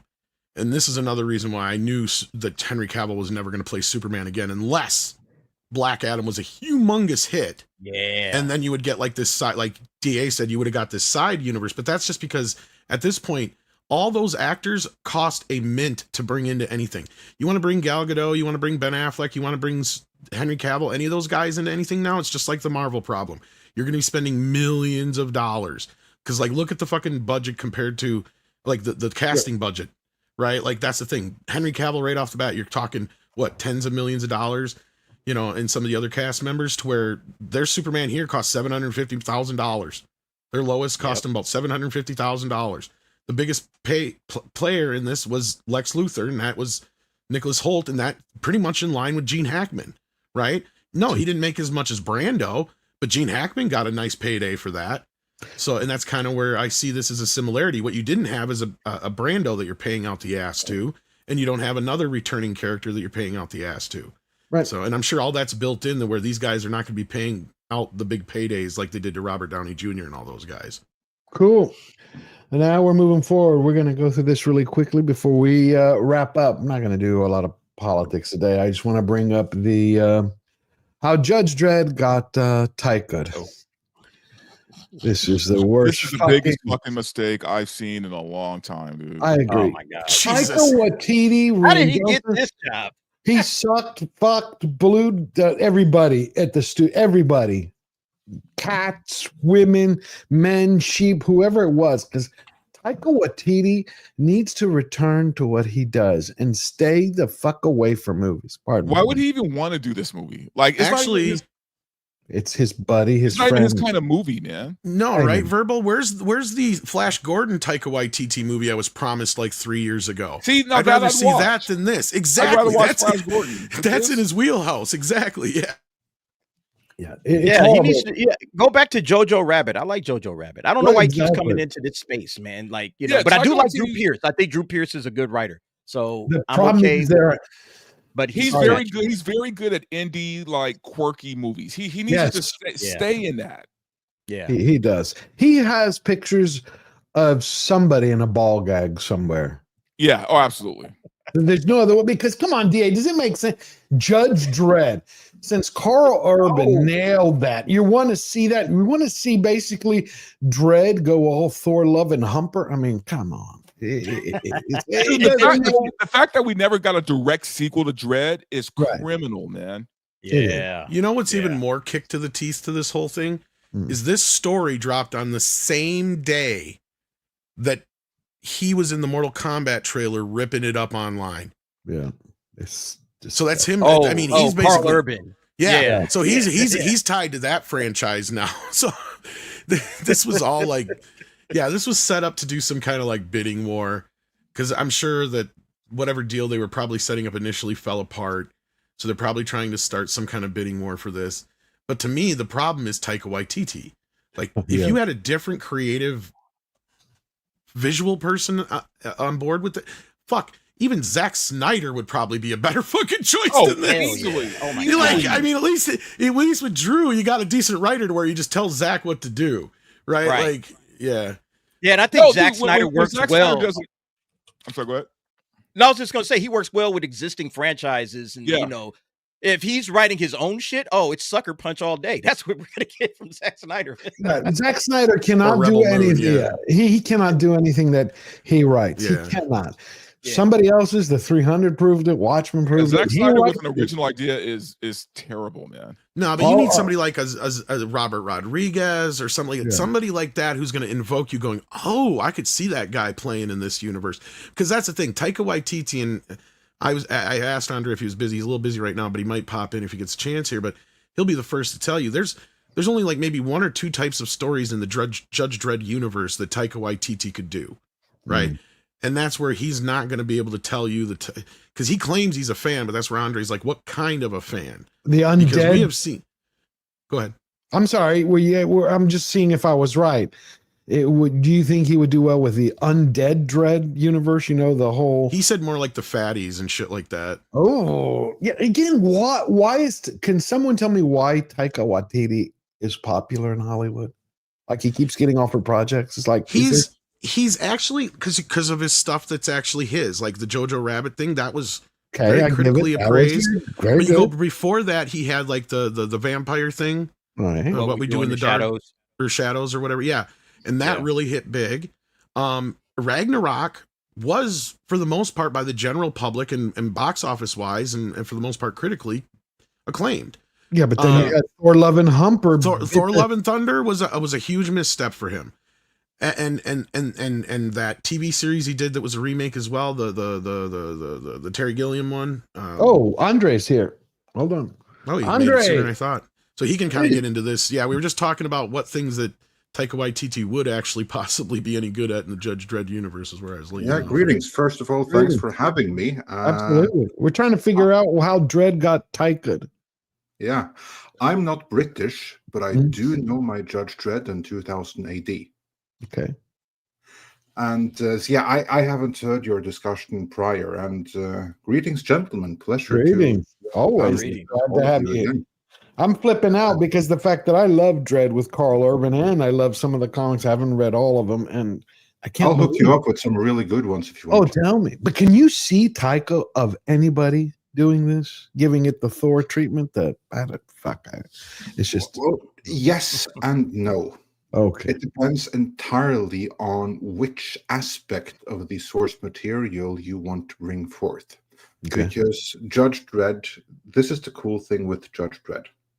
It's just one continuity. Inside of, like, you've had like different other continuities when you have had other publishers do their own take. Like, for instance, around the time of the 1995 movie, DC did their Judge Dredd imprint, different continuity. In the 2010s, IDW Comics did their own Judge Dredd imprint, different continuity. But beyond that, the main Judge Dredd comics have had the same continuity that moves forward in real time, always 122 years ahead of our timeline. Meaning, when Judge Dredd has existed for almost 50 years, almost 50 years have also happened inside of the comics. So in the comics right now, Judge Dredd is an almost 80-year-old man who is only able to be active on the streets because he's pumped full of drugs that rejuvenate him and keep him artificially younger, but he is falling apart. So luckily he has like younger clones ready to step in. And we have to address that at some point. So that's the cool thing with the Judge Dredd comics. One continuity following his life and timeline. And inside of those almost 50 years, there have some really incredible stories dealing with democracy, the price of freedom. How much personal freedom are you willing to give up for safety, and where does the limit lie? It also deals with humanity versus clones. That's also a theme, but mostly you have like this freedom versus democracy versus fascism theme, which is told then through Judge Dredd, who is a literal fascist. An enforcer of a fascist regime. There you have some of the greatest stories is about them actually stomping down Democrats, who are people who want to live in freedom and who want to bring back the rule of law, but by democratically elected leaders. And these are seen as enemies, and they're fiercely stomped down. But Dredd has his own doubts. This was even alluded to in the Carl Urban movie. This is why it's so great. That movie encapsulated everything that was great about the Judge Dredd comics. You even had like this moment where Anderson is reading his mind in the beginning, and she senses anger and control and something behind. And then she was stopped by the chief judge. But what she sensed was doubt. His doubt about the system that he is upholding. And later on, the corrupt judge, he even put that very plainly, said like, this city is a meat grinder and we're the ones swinging it, right? This is what the Judge Dredd series is ultimately about at its best. But in those 50 years, there have been some really shit garbage stories as well. And they're interspersed amongst all the good ones. And then I'm talking completely out of whack things. Imagine if you have like Star Trek The Next Generation, and you have some amazing episodes dealing with all these human conditions, and then interspersed between all of that, you have Lower Decks. Oh, okay. Which is just complete craziness, right? You have that in the Judge Dredd comics. So like, for instance... Is that what we about to get with Taika? We about to get that? This is my worry. This is my worry, that they are going to focus more on the craziness and where the satire takes a step too far over the edge and ceases to be satire and becomes just straight up parody. Like, for instance, in between epics, even the writers who are otherwise great writers sometimes do these shit stories about like a bunch of alien invasions of various kinds. In one special, Judge Dredd even arrested the literal Satan. And like the Judge Death stories, my God, a couple of them are cool, but for the most part, in my opinion, I know this is a minority opinion, but they're garbage. Yeah. And that's like the thing, like 1/3 of the Judge Dredd stories are amazing. 1/3 are okay, like just fun stuff, which is a little bit silly. And then the final third is pure garbage. That honestly, any collection would be better if you just remove them, right? And my problem when you get in someone like Taika Waititi, that tells me right away that they are doing the wrong balance here. They're taking the wrong approach to the material. And that this was even said in this Hollywood Reporter piece, that they wanted to do the serious thing but have a little bit fun. No, That's the wrong fucking way to do this. Pardon my French. No, they should go with the way they did Dredd in 2012. Yes. Continue Yes. that. Was the perfect way to do it. In my opinion, that was the absolute perfect way, because what it did is that it honed in on all of the amazing storytelling. It dispelled with the more sci-fi aspects of the series, so it doesn't look as fantastic. Like, for instance, when you look at the Fifth Element, right? This is kind of like what the world of Judge Dredd looks like. They dispensed with that, which was a budgetary decision, but creatively, I also think it was the right decision, because it gives you a more gritty universe in which you can focus on the hopelessness of the dystopia that this city is. And then you have room for all of the satire. You have room for the fatties. You have room for how little human life actually means in such a society. You can do all of that within the tone of the 2012 movie. Now, the 1995 movie, it looked right. It had a look of the Tonys, of the comics, or the comic strip rather. Like, it looks spot on apart from the uniform, but the look was spot on, but the tone wasn't. The tone was like all over the place. And my worry with Taika Waititi is that it's going to be the wrong balance. They are going to emphasize the satire and the parody, whereas the seriousness is going to take a back seat, and then the whole thing is screwed. And the real problem here, in my opinion, is Jason Kingsley, I believe his name is, who is the owner of Rebellion, the company, the video game developer that acquired 2000 AD. And in my opinion, he is a very big part of the problem. He is the reason, I think, why remember, like almost a decade ago, they announced a 2000 AD series. We covered it pretty extensively when it happened, and it all fell apart for a variety of reasons. And one of them was that they lost Carl Urban. And he was theirs to lose, and they lost him. And they lost him because they fundamentally took the wrong angle to the series. My understanding, and again, this is something that comes from this Kingsley fella, is that it was going to be an ensemble piece in which Judge Dredd was just one of many judges, because it was going to be a Mega City 1 series, which again is the completely wrong angle. That is them honing in on the craziness of the comics. That's not how we want to do it. That's honing in on the shitty stories rather than the really compelling ones. For that, you need Judge Dredd. Carl Urban agrees with this, I think, which is why he didn't commit to this TV series, which ultimately fell apart. And I'm also pretty sure he's not going to commit to this Taika Waititi project if it happens. That's a big if. I was almost laughing at the way that this was phrased, this is the most exciting thing to hit Hollywood. Taika Waititi, this writer whose name I've forgotten, doing Judge Dredd, a project that failed in 1995 with a big budget treatment, and that failed in 2012 with a medium budget treatment, but now you should get excited. Oh, and the fans have been campaigning for a sequel to that movie for a decade. Yeah. That is Judge Dredd right now.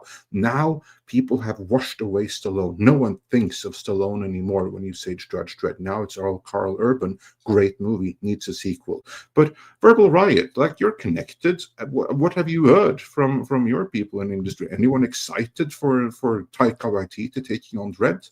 I mean, Are honestly, they going to get them on to bite? This news is so recent, no one's talking about it.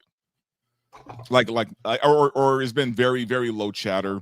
I don't look. No one's excited about it. That's the thing. Everybody hates this idea. And honestly, until it's actually signed. It's just a rumor. It's not set in stone. This could be a rumor. Do people like Taika in LA? He's a non-issue. No one talks about him. Okay. No, exactly. No one really cares about the guy, man. I mean, what has he done? Right? Yeah. He did Thor Ragnarok. That's his claim to fame is Thor Ragnarok. That's it. Yeah, he That's did all 2 he's Thor done. movies, and all his other films have been indies. So Yeah, You know, there was some good news regarding Taika that came out not too long ago. He's not doing Akira. Yes, thank God. Yeah, Thank that's God. good. Thank And God. he's evidently He celebrated also that not one in the doing- anime community. But He's also- something you guys got to realize too, though, really quickly, is Dredd wasn't a box office success. No, right? exactly. As much as we loved it, it's a cult hit. It's a cult hit, right? But box office, it didn't do anything. I thought it broke even. Well, because my point is that's another reason no one's talking about it. Is this isn't like him taking on like a major franchise, right? Like Dredd was just a movie it's a movie we love as fans, right? But Hollywood, it's not even a blip. It's worse than that. As I alluded to earlier, Judge Dredd was given the big budget treatment in 1995, and it failed. And then it was given the low budget treatment in 2012, and it failed even at that. So for someone who doesn't look at the qualitative side of things, who isn't connected to the fans, and who doesn't realize the pent-up demand that there is for a sequel to it now a decade later, for someone who doesn't see that, who only reads the numbers, there's absolutely no reason to get excited for Judge Dredd, period, because it's a two-time failed franchise. Right. Well, maybe they'll get excited for the Basic Instinct reboot. You heard about that, Andre? No. Oh yeah, I'm gonna here it is. I couldn't believe it because they're bringing Practical Magic, the sequel, back with Sandra Bullock and Nicole Kidman. Yeah. From '98, and then here is here it is. Hold on. I can already bet that it's going to be far less edgy than the original. It says Joe Esterhaus to write anti-woke Basic Instinct reboot in $4 million blockbuster deal for Amazon MGM exclusive. Sharon Stone could return as her iconic character, Catherine Trammell.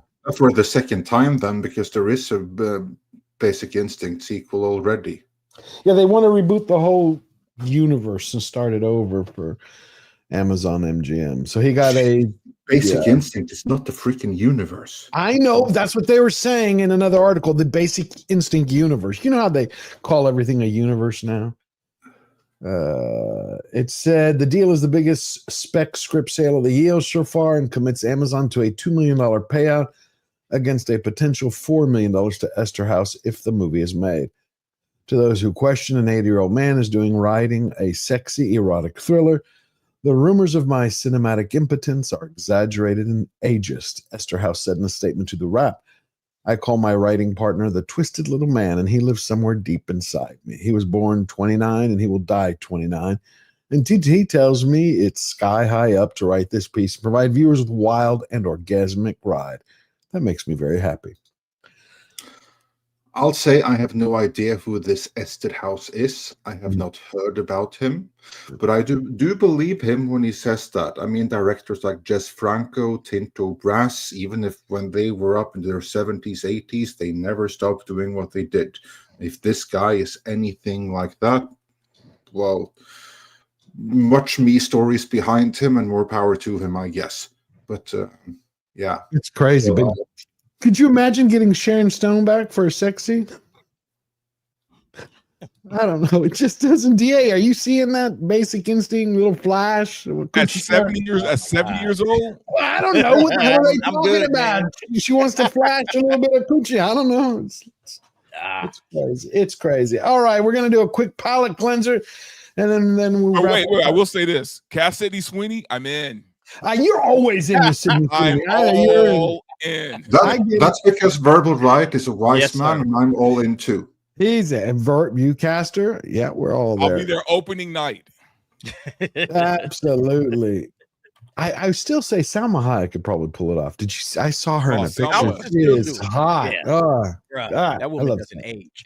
Not at all, but definitely not Gwyneth Paltrow. Here's the Naked Gun reboot, which the British Broadcasting Service said British Broadcasting states that the reboot coming out on August 1st is 84 minutes. So here's the last trailer. Once you kill a man for revenge, there's no going back. A voice in your head saying over and over, "That was awesome." Who are you? Drebin, Detective Frank Drebin. Thanks. Police squad has always been the elite of the elite. Hi, Daddy. It's me, Frank Jr. Love you. Hey, Dad. Boy, do I miss you.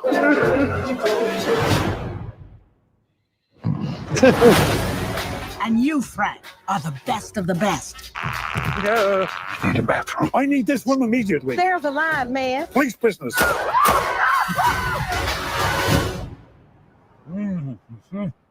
Oh, I'm gonna ruin another suit.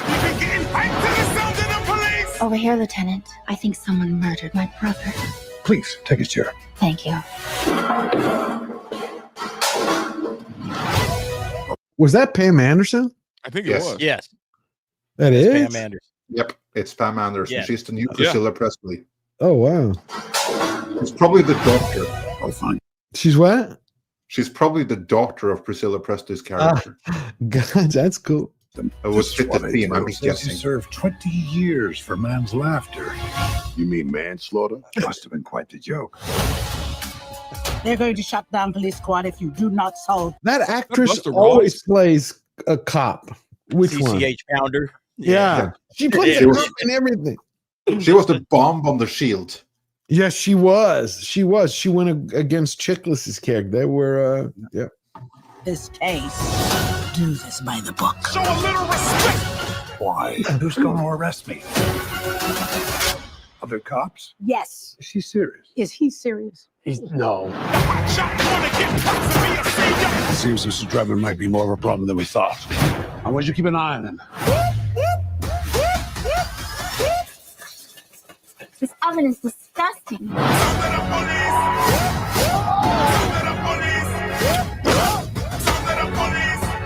Rest assured, I won't stop until I've found justice.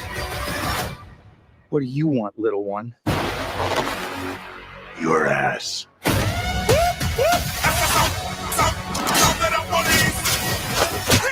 Nobody messes with the police squad.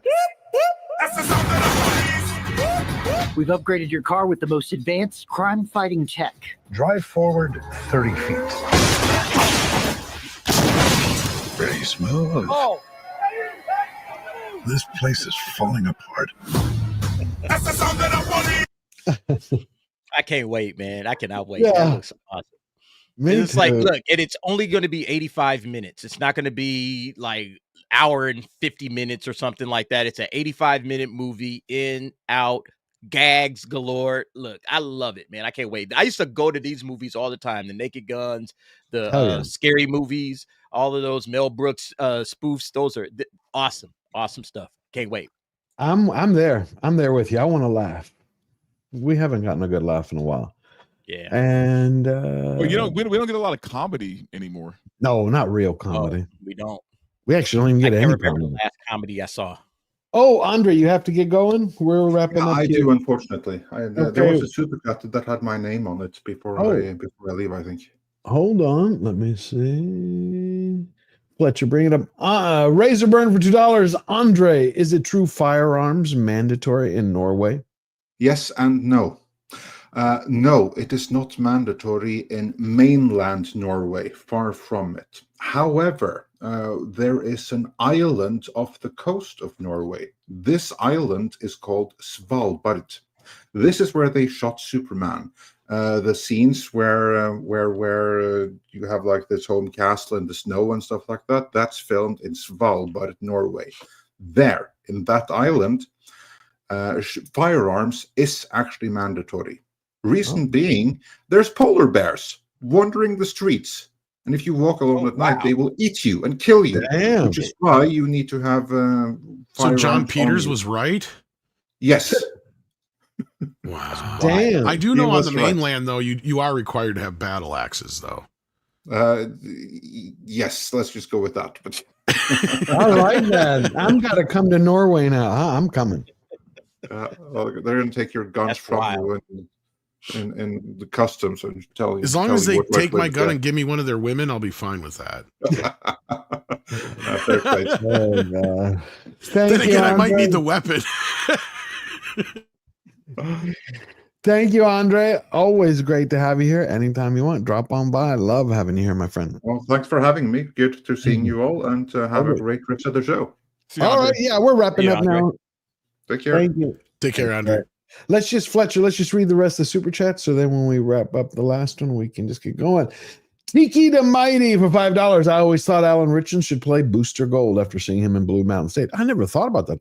That'd be a pretty interesting choice. Yeah. I put out some feelers to see if I can get some info on this, if it's even a plausibility. So okay, cool. As far as like Richardson playing Batman or something like that, yeah. Cool. Yeah. Didn't everybody love that Andre was here? Thank you. Red French Moon, Dark Harvon. Yep. Like. Everybody hit the like button. Share it out. Help us with the algorithm, especially as YouTube has once again changed their algorithm about views. You all saw that, right? How it's now treating views and engagement. At least that's what the story is. Yeah.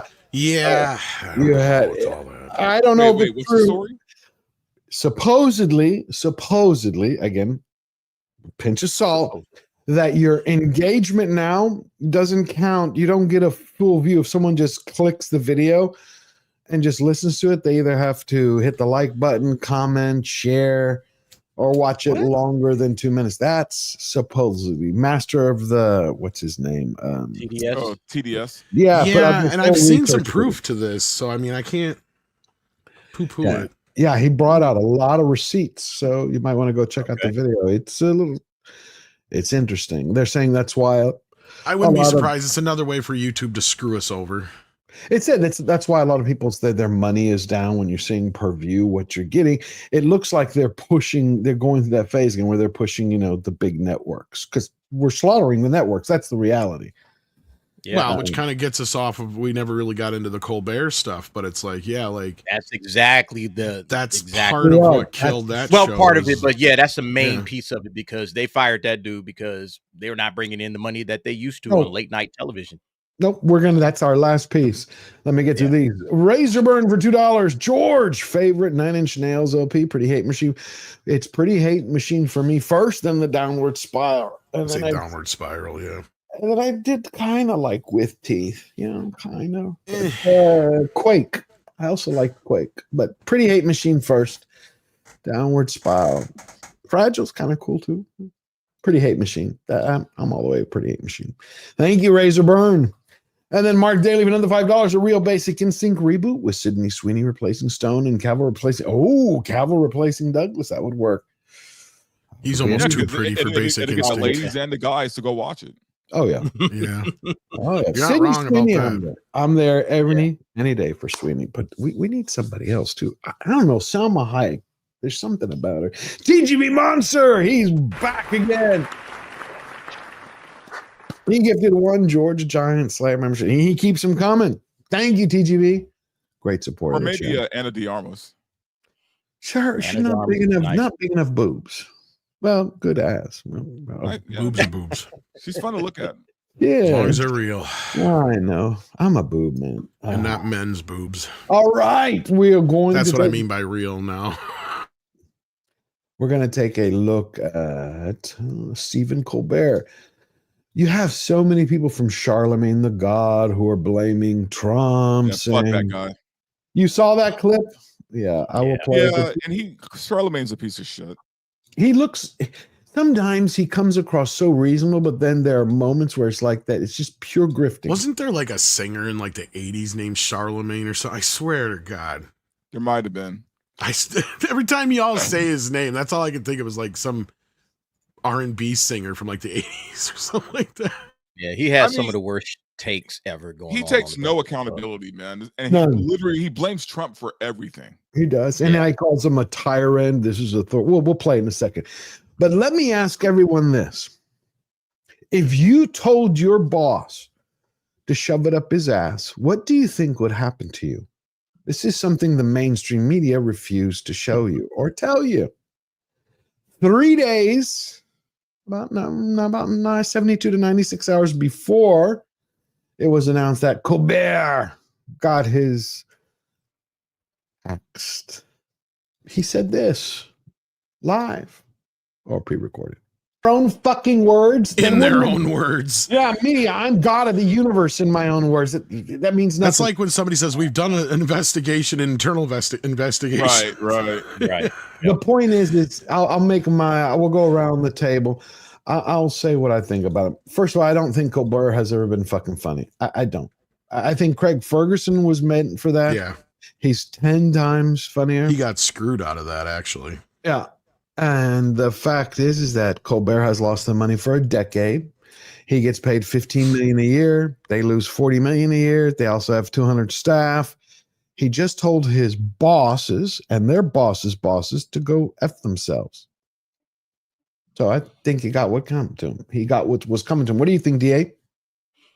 Yeah, I just think that, well, number one, I think the entire late night market is about to dry up fast just because of stuff like YouTube. And there's so many entertainment options out there right now. I can't think of the last time I personally watched anything on late night television. I don't know who's watching this shit. I wouldn't watch Stephen Colbert if you paid me. I don't watch Jimmy Kimmel. I don't watch none of these fools. So, I mean, to me, it's just a dead market anyway. So the fact that people are out there trying to blame Trump for this shit, it's like, you guys have sucked for years. You're trash.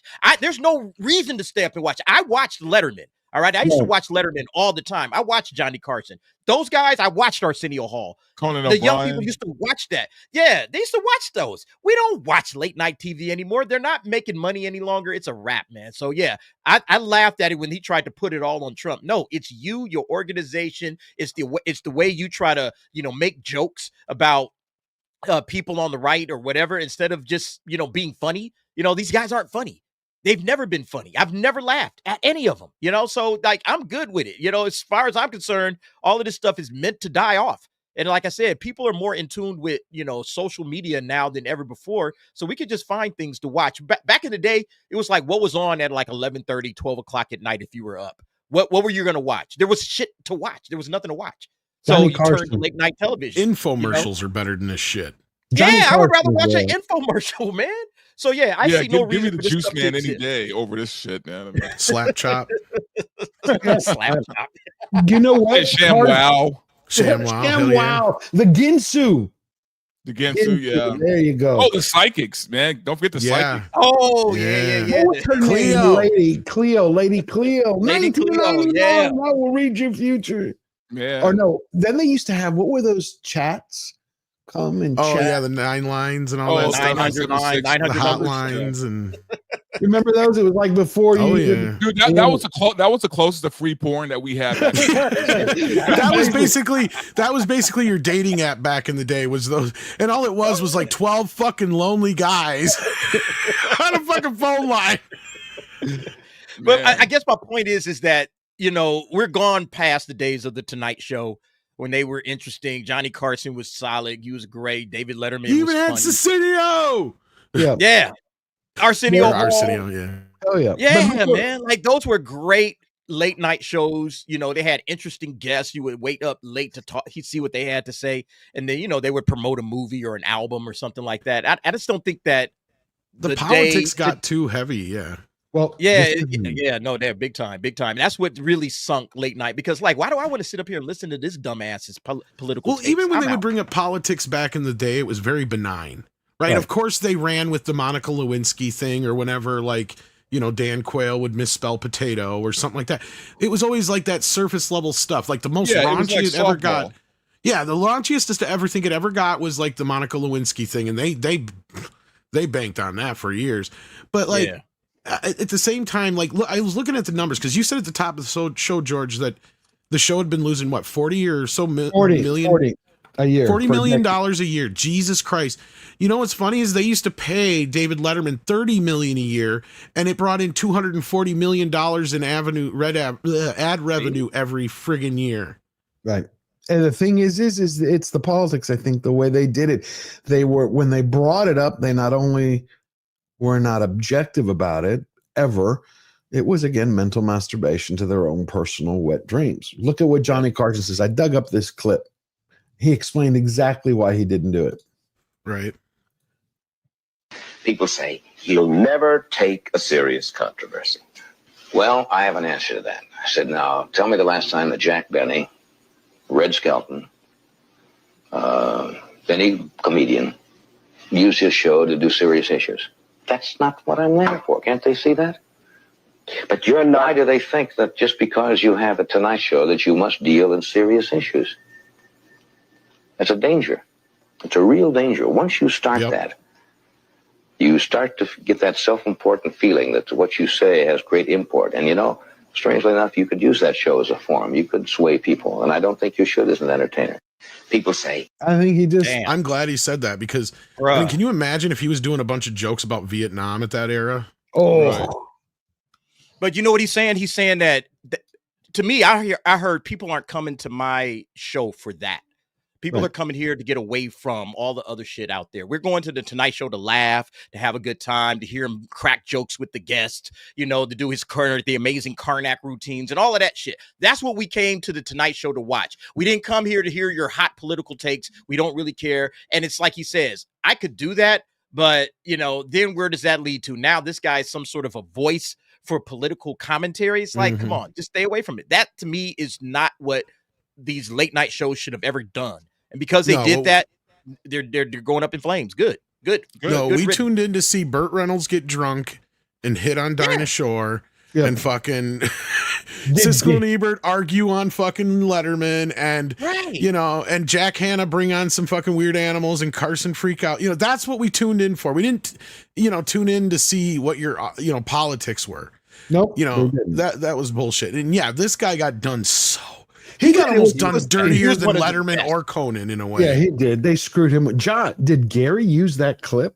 And Ferguson was so much better. I didn't know that. Oh, yeah. Look at this one before we go.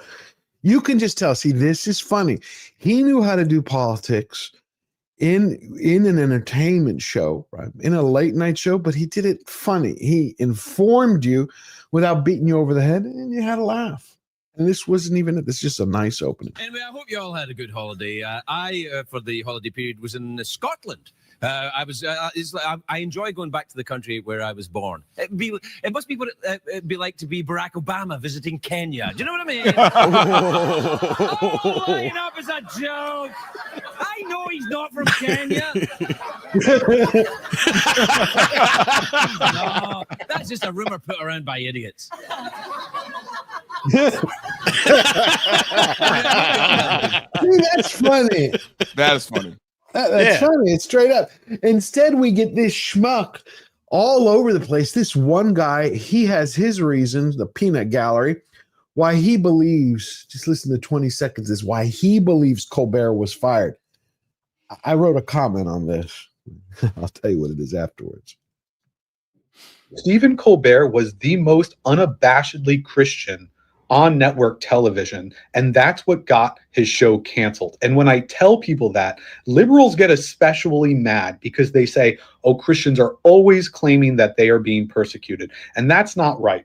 Evangelical Christians on the right, are claiming that they are always being persecuted. But the reality is Christians on the left have been continually discriminated against for their faith and for their religion. What? I thought that was the beginning of a joke. There's such a thing as leftist Christians? Because he goes through for 2 minutes explaining the leftist Christians. I'm like, what? I'm like, is that real? I never heard of that before. Anyway, and then you have Charlemagne bitching, but we all get it. Here it is, the last clip that I've been dying to show because we talked about Carl Urban. I'm going to do this at the end because I know that YouTube is going to hit me for it, so I'll delete it right before we play it. It's the Mortal Kombat trailer. Yeah, they hit me, and I'm pissed, man. They hit me too. But they hit you. You had to remove it, right? They didn't hit you like strike. I didn't even remove it. I just kept it. No, up, I didn't get a strike. They just said you can't monetize it. Yeah, former arms. Yeah, he's talking about Jax. Yeah. Yeah. So what do y'all think? This looks 10 times better than the one before it. I hated the one before, man. The one that came out in 2020 or whatever, 2021. I thought that was some bullshit. I didn't like it. This one, it looks a little better. I love Carl Urban. I still think they should have went with a younger Johnny Cage, though. Okay. Because I didn't like the Cage before. That might be a nitpick.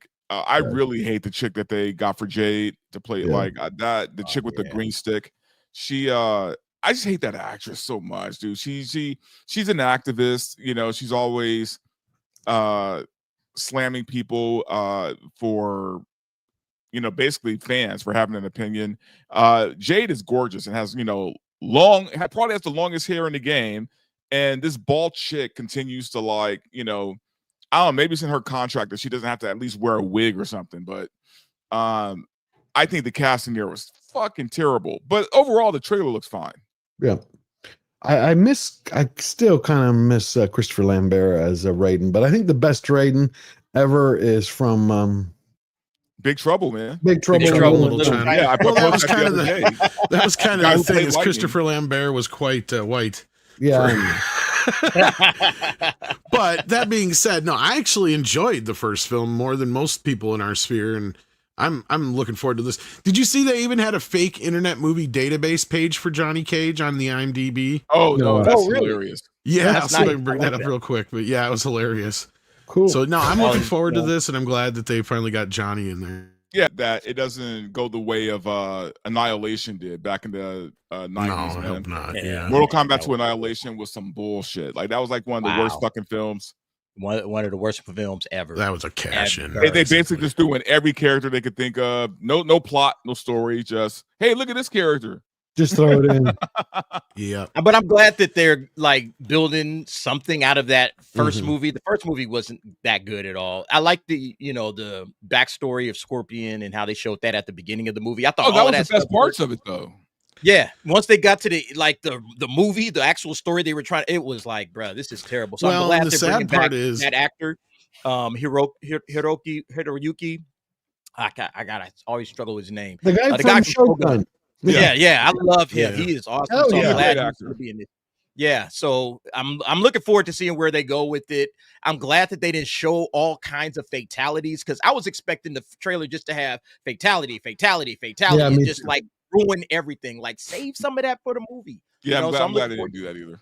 Yeah, save some of that. Yeah, some of I mean, some of them fatalities. I enjoyed the first movie, but I also like read the script because Script Doctor passed it on to me, and the original script was better. And I can't remember the name of the writer, but he came in and he rewrote it and mucked it up because like the whole thing with like the emblem that was different. In the end, Cole actually turns into Scorpion instead of his own fucking character. But then again, looking at this, like now they actually have Scorpion in there. Maybe it's probably better that way because he's just. At least he's still the original character now and not Cole. Right. So like, and from what I gather from the trailer, it doesn't look like Cole has a big part in this movie either. Not as much. It doesn't seem like. Yeah, he's lower in the cast list. It seems like. But yeah, that he was could like be, the main character. I was like, why the hell is this dude the main? Yeah, character? that was the big mistake of the last one was creating a new character. Yeah, why the fuck was Liu Kang not the lead character in the first movie? Who knows? I have no idea. They haven't made these right. Hopefully, this will stick the landing. Yeah, like I said, like I said, the original script was better, and then this at least looks like they're getting back on track. I mean, I like the first movie, but I understand. Yeah, it's going to be the actual tournament, right? Not that's where people were griping. Was like, oh, there's no tournament in this movie. I'm like, yeah, but guys, you got to understand, they're planning this out for like a trilogy or whatever. They don't want to blow their wad on the first movie, or we're going to get Mortal Kombat Annihilation all over again, probably. Right. No. Well, all right. But yeah, here's Johnny Cage's IMDb here. We've had a great show. We've had a great show. There it is. That's funny how they put it on IMDb. That is kind of funny. That is cool. Bring a little bit of that realism. Yeah. Everything's 6.9. Yeah. It's got his name. Yeah. Cool Hand Cage, Rebel Without a Cage, Uncaged Fury, Hard to Cage, Caged Rage, Caged Rage. Awesome. That was all those Jean-Claude Van Damme movies back in the day. Yeah. Every last one of them was Steven Seagal. Yeah, Steven Seagal. Seagal. You can tell he's kind of an amalgam of all these guys with a little twist of maybe even a little Tom Cruise in there with him being like this guy who just constantly does, because like they do this gimmick of him still doing his own stunts and stuff at his age or whatever. Well, he was based on Jean-Claude Van Damme, right? Yes, initially. Right. Well, Van Damme was supposed to be in the game, and there was this whole hullabaloo. Yeah. Well, cool. All right. Thank you, gentlemen, for coming. Let's go around the board. The poll for, let's just say this first. Are you for Taika directing Dredd? I should have worded it. Are you for Taika Waititi screwing Dredd? But we had 95% said no out of 202 votes, and 4% said yes. Who are the 4? It's okay. Everybody has their opinion. You have the right to it. We That's need what to I love know about who you Slay are so we Nation. can kick your ass. No, I'm just No, everybody has the right to what they want. They believe in Taika. God bless you. I love it. All right, Verbal. Dante, tell everybody where they can find you, what you got coming up next. Yeah, you guys can find me at Verbal Riot on YouTube, Rumble, and X. I'm going to see the Fantastic Four tomorrow, so I'll have my review up by Tuesday morning. So I'll give you guys the inside scoop before you go watch it, and look out for VRL Thursday, 6 p.m. Beautiful. Sweet. Please remember, number one thing, go subscribe to these wonderful gentlemen. Yes, please do. Dante, Tom, DA. Let's get them where they need to be. Make their dreams come true because we're Slayer Nation. Tom at Midnight's Edge, Midnight's Edge, After Dark, Midnight's Edge, Espanol. What do you got coming up next? I think we're gonna have a tier list tonight. I'm not 100% sure, but I think so. Other than that, you'll find me on the morning show in the morning on the main channel. Otherwise, Midnight's Edge After Dark. Awesome. And then the DA. What you got coming up, sir? Derek Anderson, the DA is my channel. Go check it out. I'll be doing the DA's office tonight, 8 p.m. And then, of course, the nightcaps Tuesday and Thursday at 10 p.m. Also, I'll be doing some floor coverage at Comic-Con. I'll be at Comic-Con this coming week, Thursday through Sunday. So I'll be walking the floor and, just doing some commentary there. So come check that stuff out. Should be a lot of fun. Also, we'll be on Film Threat Versus tomorrow. And yeah, that's about it. Thank you, George. Always a pleasure. Always. So you're going to be at Comic-Con then next Sunday, right? Yeah. I'm almost conned out, man. I did Anime Expo, I did Anime Matsuri, and now San Diego Comic-Con. I'm going to be exhausted. Are you going to be on for next Sunday, or you have the Probably the whole day? Okay. Well, hey, I want to see what hot toy. I love to look at the 1/6 at Comic-Con, see what they're going to be putting out. Okay. I always love I'll seeing. I'll swing by the booth and see what they got. Well, cool. Thank you, everybody. Thank Eric K, Lord Thoth, Fletcher Williams is in the back producing. What an amazing man. And every one of you from TGV Monster to every single person here. I mean, Mark Daly, all of you. You keep the lights on, get it energized, your support. That means the world. Red French Moon, Mecha J, Soup Can, Man of War, 665, Nate Brother Base. I appreciate it. Can't wait to see you. I think I'll be doing a FAFO this week. If you haven't read the YouTube commentary posts, I have been packing because I am moving. That's why last week Unchained was postponed. So I'm going to come back this Wednesday because I'm still packing, but I'll be back Wednesday. Hopefully Tuesday night with FAFO. Now I'm going to push you over to Mr. Brown's Alliance. So when you get over there, when you raid him, let him know you came from George Giant Slayer. Otherwise, remember, we're fighters with one unbreakable rule. We never bow down. We never bend the knee. Always forward. Love you. Have a blessed week.